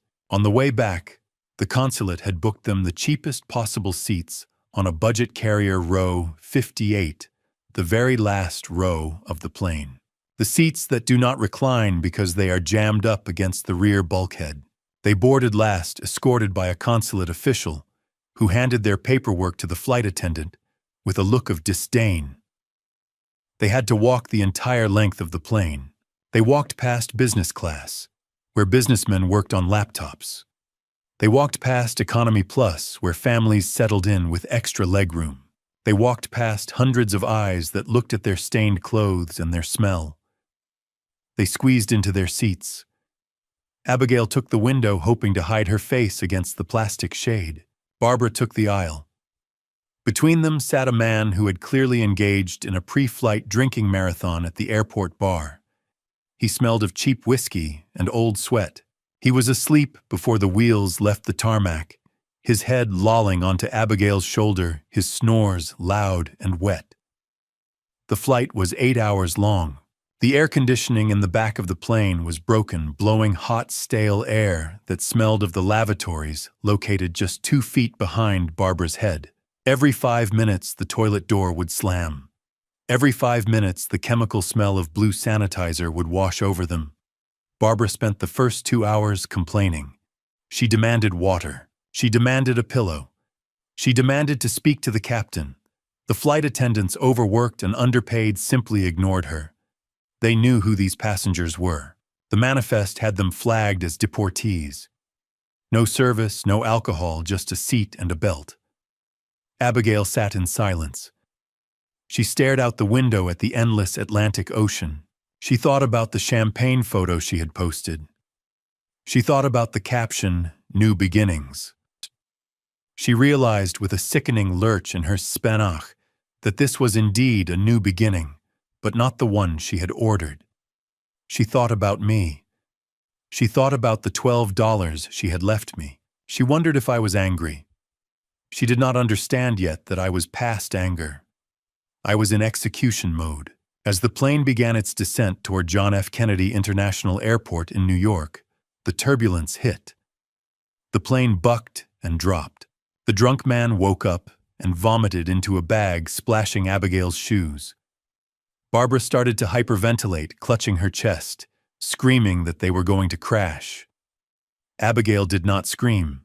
She just closed her eyes and prayed for the ground. She thought that landing would be the end of the nightmare. She thought that once she stepped off the plane, she could disappear into the crowd. Find a bus call, a friend restart. She was wrong. The landing was just the transition from the frying pan into the fire. The plane taxied to the gate. The seatbelt sign dinged off. The passengers stood up, eager to grab their bags and get home. Abigail and Barbara stood up too, their legs cramped and swollen. "Ladies and gentlemen," the pilot's voice came over the intercom. "We ask that everyone remain in their seats for just a moment. We have local authorities boarding the aircraft to escort some passengers off first. A hush fell over the cabin. People looked around, whispering. Abigail froze. She looked at Barbara. Barbara's face went white. "It is for me," Barbara whispered, terrified. "It is the poison." "They are not coming for me," Abigail told herself. "I didn't do anything. I just signed the papers. I am just a witness. I am the daughter. They will let me go." Two officers from the Port Authority Police Department walked down the aisle. They were big men with serious faces and guns on their hips. Behind them walked two men in dark suits holding briefcases. They walked past the first-class cabins. They walked past the economy rows. They walked all the way to row 58.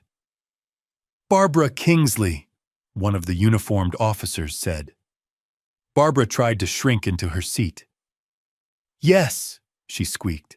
"You are under arrest for attempted manslaughter, aggravated elder abuse, and flight to avoid prosecution," the officer said, pulling a pair of handcuffs from his belt.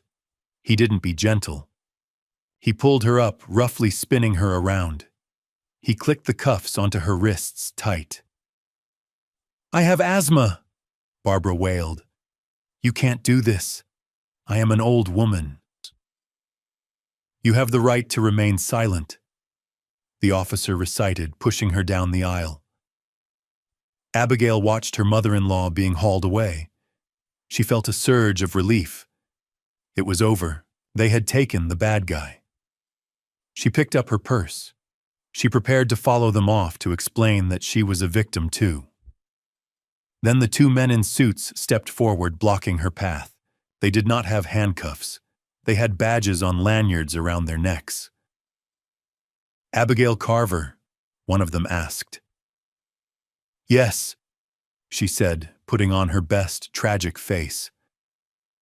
"I am so glad you are here. That woman, she forced me to—" "Ms. Carver," the agent interrupted, his voice devoid of any sympathy. "I am Special Agent Kingsley with the Criminal Investigation Division of the Internal Revenue Service." Abigail stopped. "The IRS. Shatitra. We have a warrant to detain you for questioning regarding the unauthorized withdrawal of $850,000 from the Carver Family Trust," the agent said, "as well as structured transactions to avoid reporting requirements and wire fraud." "Wire fraud," Abigail whispered. "But that was my inheritance." "It was a trust fund," the agent corrected. "And until your father dies, it is federal tax jurisdiction. You moved it, you spent it, and you didn't pay the taxes on it. That makes it a federal crime." "Ms. Carver," he gestured to the door, "we have a car waiting. We need to review your assets or what is left of them." Abigail looked at the passengers watching her. She saw the judgment in their eyes. She saw the drunk man wiping his mouth and smirking. She realized then that there was no running. There was no hiding.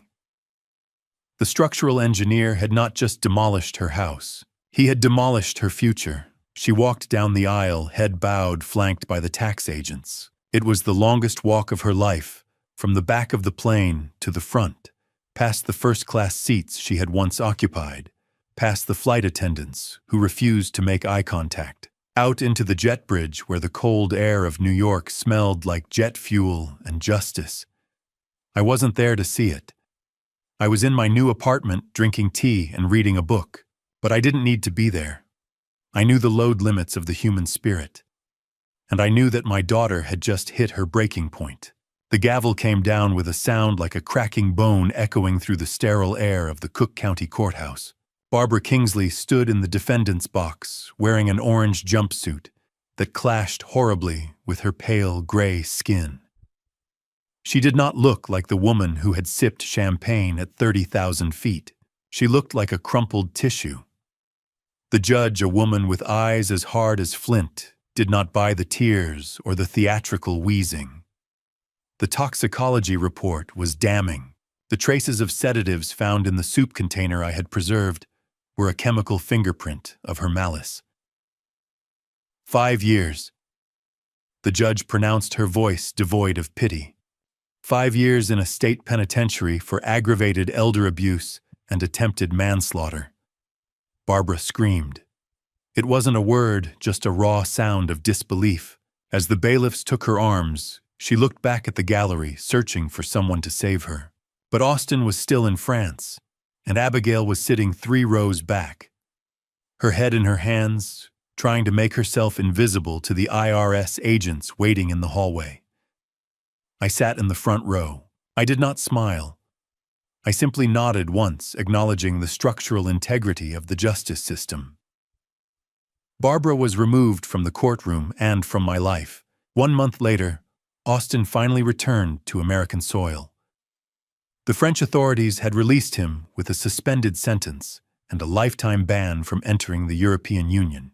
He landed at O'Hare with nothing but a plastic bag containing his personal effects and a deportation order. He took a bus to his office, hoping to salvage something, hoping that maybe the business was still standing. He found the doors padlocked. A notice from the sheriff was taped to the glass covering the logo he had been so proud of. The assets had been liquidated. The trucks were sold. The tools were auctioned. He called the number listed on the foreclosure notice, hoping to beg the new owner for a second chance. He didn't know who Orion Holdings was. He thought it was a faceless corporation. When I answered the phone, I heard his breath hitch. "Hello, Austin," I said. "You," he whispered. "You took it all." "I took what was owed." I corrected him. "You defaulted on the loan, son. The deficiency judgment is $2 million. That is what you still owe me after the liquidation. And since you have no assets, I have garnished your future wages. 25% of every paycheck you earn for the rest of your life comes to me." He hung up. I heard later that he tried to get a job in construction, but word travels fast in this industry. No one hires a thief who steals from his own family. He ended up taking a job as a night shift janitor at the very mall where he used to buy his suits. It was poetic. He was cleaning up the messes of people who could afford the life he used to pretend he had. Then came Abigail.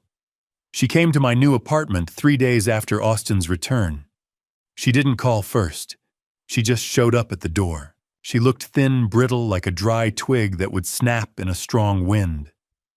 She was wearing old jeans and a sweater I recognized from high school. The designer clothes had been seized by the government as assets. I let her in. I made her tea. I am not a monster. I am a father. But I am a father who had learned that feeding a parasite only makes it stronger. She sat on the edge of my sofa holding the mug with both hands to warm them. She didn't drink. She just looked at the steam. "The IRS is going to prosecute," she said softly. "They are offering a deal. If I pay back the tax debt and the penalties, they won't pursue prison time. But it is $400,000, Dad. I don't have it. Austin doesn't have it. If I don't pay, they are going to garnish me forever. I will never own a home, Ben. I will never have credit. I will be bankrupt before I am 35. She looked up at me, her eyes red-rimmed and desperate. "Please, Dad. You have the money, the rest of the house, sell the investments. Just write the check, please. I am your daughter." I looked at her.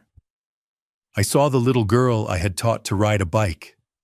I saw the teenager I had driven to prom. And I saw the woman who had left me with $12. I stood up and walked to my desk. Abigail's eyes followed me, lighting up with a flicker of hope. She thought I was going for the checkbook. She thought the old soft Ben was back. I opened the drawer, but I didn't take out a checkbook. I took out a single piece of yellowed paper preserved in a plastic sleeve. It was brittle with age. I walked back and placed it on the coffee table in front of her. "What is this?" she asked, frowning. "Read it," I said. She leaned forward. It was a hospital bill from 20 years ago. The date was 3 weeks before her mother, Catherine, had died. The total at the bot bin was staggering $150,000. Mom's chemo, Abigail read. Experimental treatment, I corrected her. The insurance wouldn't cover it. They said it was too risky, too expensive.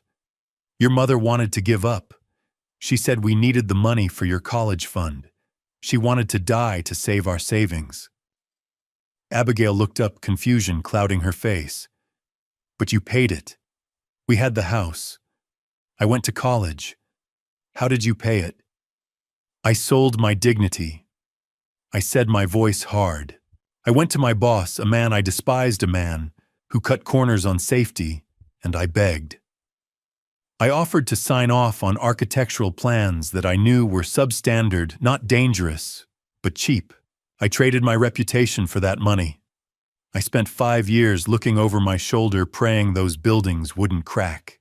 I sold my soul to buy your mother 3 more months of life, because that is what you do for family. You sacrifice yourself. You don't sacrifice them.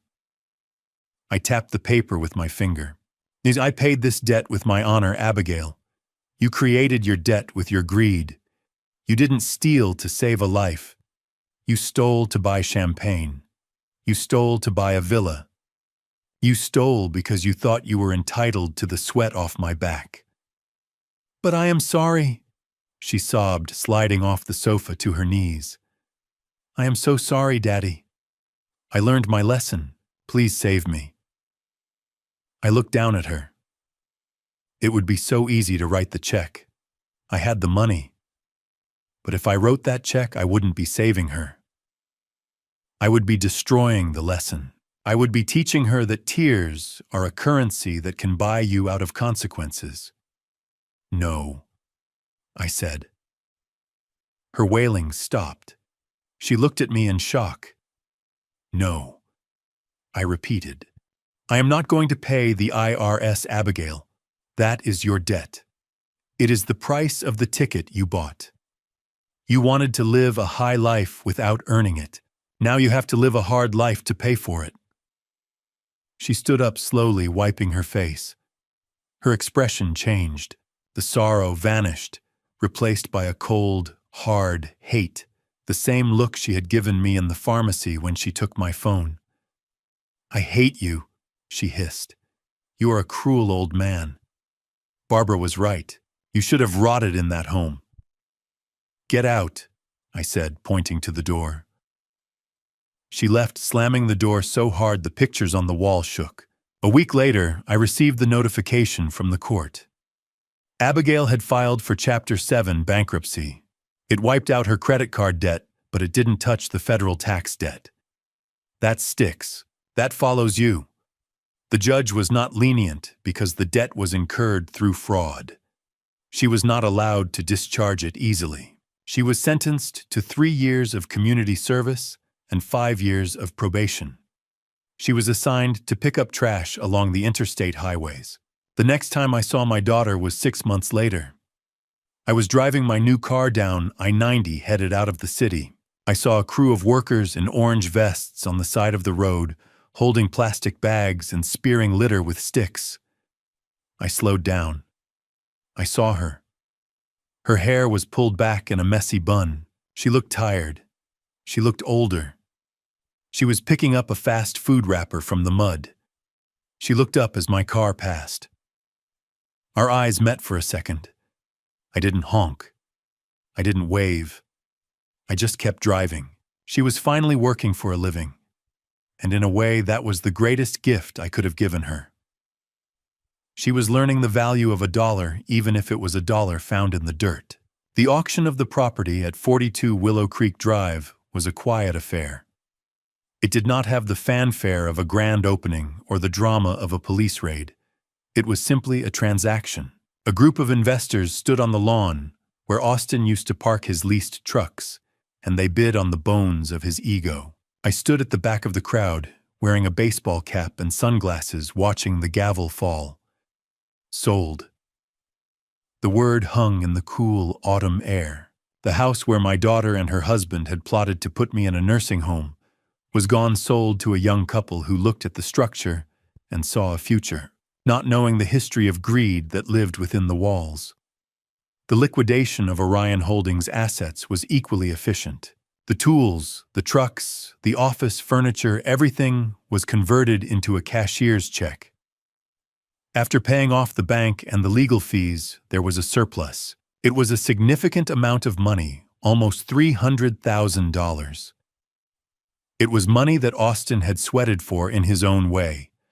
Money that represented the equity of his life before he decided to steal mine. Legally, it was mine. I could have added it to my retirement fund. I could have bought a boat. I could have burned it. But I had a better idea. I drove my old sedan to the south side of Chicago to a building that looked tired but dignified. It was the St. Jude Center for the Abandoned Elderly. It was a place for people who had no families or worse families who had forgotten them. It was the kind of place Barbara and Abigail had tried to send me to, only this one was run by nuns who actually cared. I walked into the director's office. Sister Margaret looked up from her desk, her eyes weary behind thick glasses.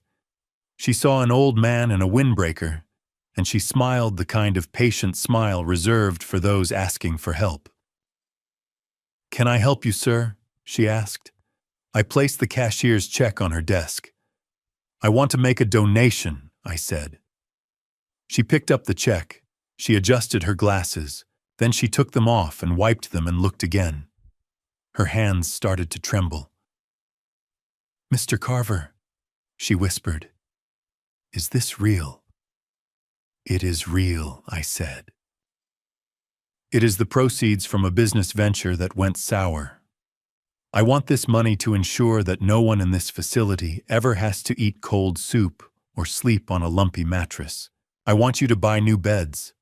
I want you to hire better nurses. I want you to make sure that when these people close their eyes at night, they know they still have value." She started to cry. She came around the desk and hugged me. It was the first genuine hug I had received in years. "Why?" she asked. "Why us?" "Because." I said, my voice thick with emotion. I was almost one of them, and because the people who owned this money forgot that honor is worth more than real estate. I left the center feeling lighter than I had in 20 years. The weight of the anger, the weight of the betrayal, it stayed in that office along with the money. I was free. The next stop was the RV dealership. I didn't want a house anymore. A house is a stationary target. A house holds memories in the corners and ghosts in the hallways. I wanted a horizon that changed every morning. I used the recovered funds from the trust, which the IRS had finally cleared after I proved the fraud, to buy a 45-foot Tiffin Zephyr. It was a land yacht. It had heated marble floors, a king-size bed, a full kitchen, and a windshield that offered a panoramic view of the world. It was excessive. It was luxurious. It was exactly what Barbara had wanted for herself in France. The irony was not lost on me as I signed the papers. I sold my sedan.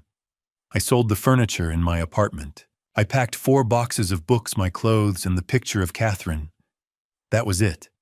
That was my life. But a man cannot travel alone. Solitude is peaceful, but loneliness is a slow poison. I needed a co-pilot. I needed someone who would not ask for money, who would not forge my signature, and who would be happy just to sit by my side. I found him at a shelter in Nebraska 3 days into my journey west. He was a golden retriever mix with one floppy ear and eyes that had seen too much disappointment. They called him Buster. I looked at him and he looked at me. He didn't bark. He just walked over and leaned his heavy head against my leg, letting out a long sigh. I renamed him Justice. It felt appropriate. We drove west. We crossed the plains where the cornfields stretched out like a golden ocean. We crossed the Rockies where the snow-capped peaks touched the sky. We drove through the red deserts of Utah, where the silence was so profound, it felt like a prayer. Justice sat in the passenger seat, his head out the window, his ears flapping in the wind. He was the best conversation I ever had. He listened when I talked about Catherine. He didn't interrupt when I explained the structural integrity of the bridges we crossed. He was loyal. 6 months later, we hit the Pacific Coast Highway. It was a Tuesday afternoon, the kind of day where the sky is so blue it hurts your eyes. I was driving south toward Big Sur. The road wound along the cliffs, a ribbon of asphalt suspended between the mountains and the sea. The ocean crashed against the rocks 500 feet below, a churning mass of white foam and deep turquoise water. I pulled the RV into a scenic overlook. I turned off the engine. The silence of the coast washed over us, broken only by the cry of seagulls and the rhythmic pounding of the surf. I made myself a cup of tea. I poured Justice a bowl of fresh water. We sat in the driver and passenger seats, looking out at the edge of the continent. I was 71 years old. I had no children I could speak to. I had no wife. But I had my health. I had my dignity. And I had a view that billionaires would pay millions to own.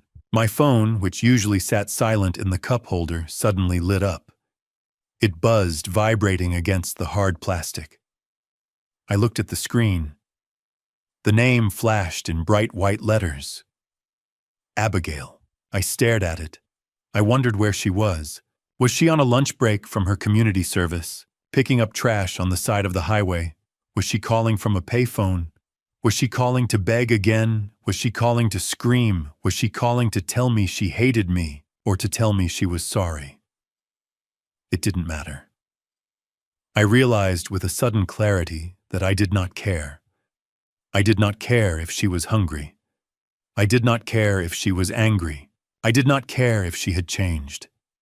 She was a crack in the foundation, and I had repaired the building by removing the stress. I picked up the phone. I did not slide the bar to answer. I pressed the small metal pin into the side of the device and popped the SIM card tray. The little plastic chip, the connection to my past, the connection to the pain, the connection to the daughter who had tried to erase me sat loose in my hand. I rolled down the window. The smell of salt air and wild sage filled the cabin. Justice looked at me, his tail thumping once against the seat. I held the SIM card out the window. I let it go.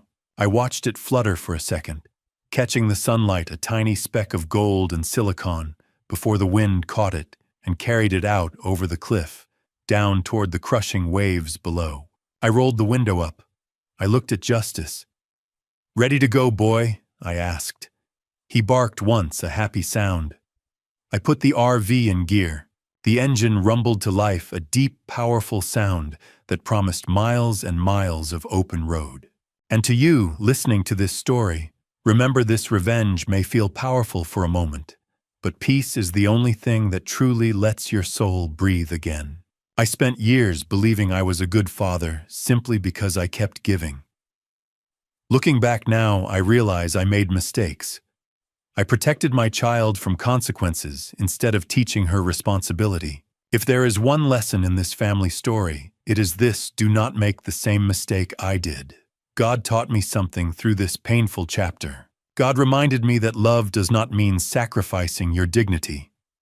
God also showed me that justice can exist without hatred. And in the quiet moments on that long road, I understood that God sometimes allows storms in our lives, so we finally see who truly stands beside us. Many grandpa stories talk about revenge, but I believe the real lesson in these grandpa stories is wisdom earned through loss. In this story, I learned that money reveals character, it doesn't create it.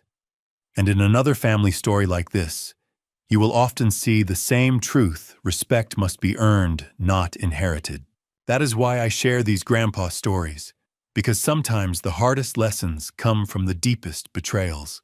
My personal belief is simple. A person should never trade their integrity for approval, and a parent should teach strength, not dependency. If I could speak to my younger self, I would say, love your family, but never abandon your principles to keep them comfortable. If this family story meant something to you, Tell me in the comments where you're listening from and share your thoughts. Don't forget to like the video and subscribe if you enjoy stories like this. Your support keeps this channel alive. Thank you sincerely for staying with me until the very end of this story. And a small reminder, some upcoming stories may contain fictional elements created to highlight meaningful lessons. If that's not something you enjoy, feel free to step away and choose content that suits you better.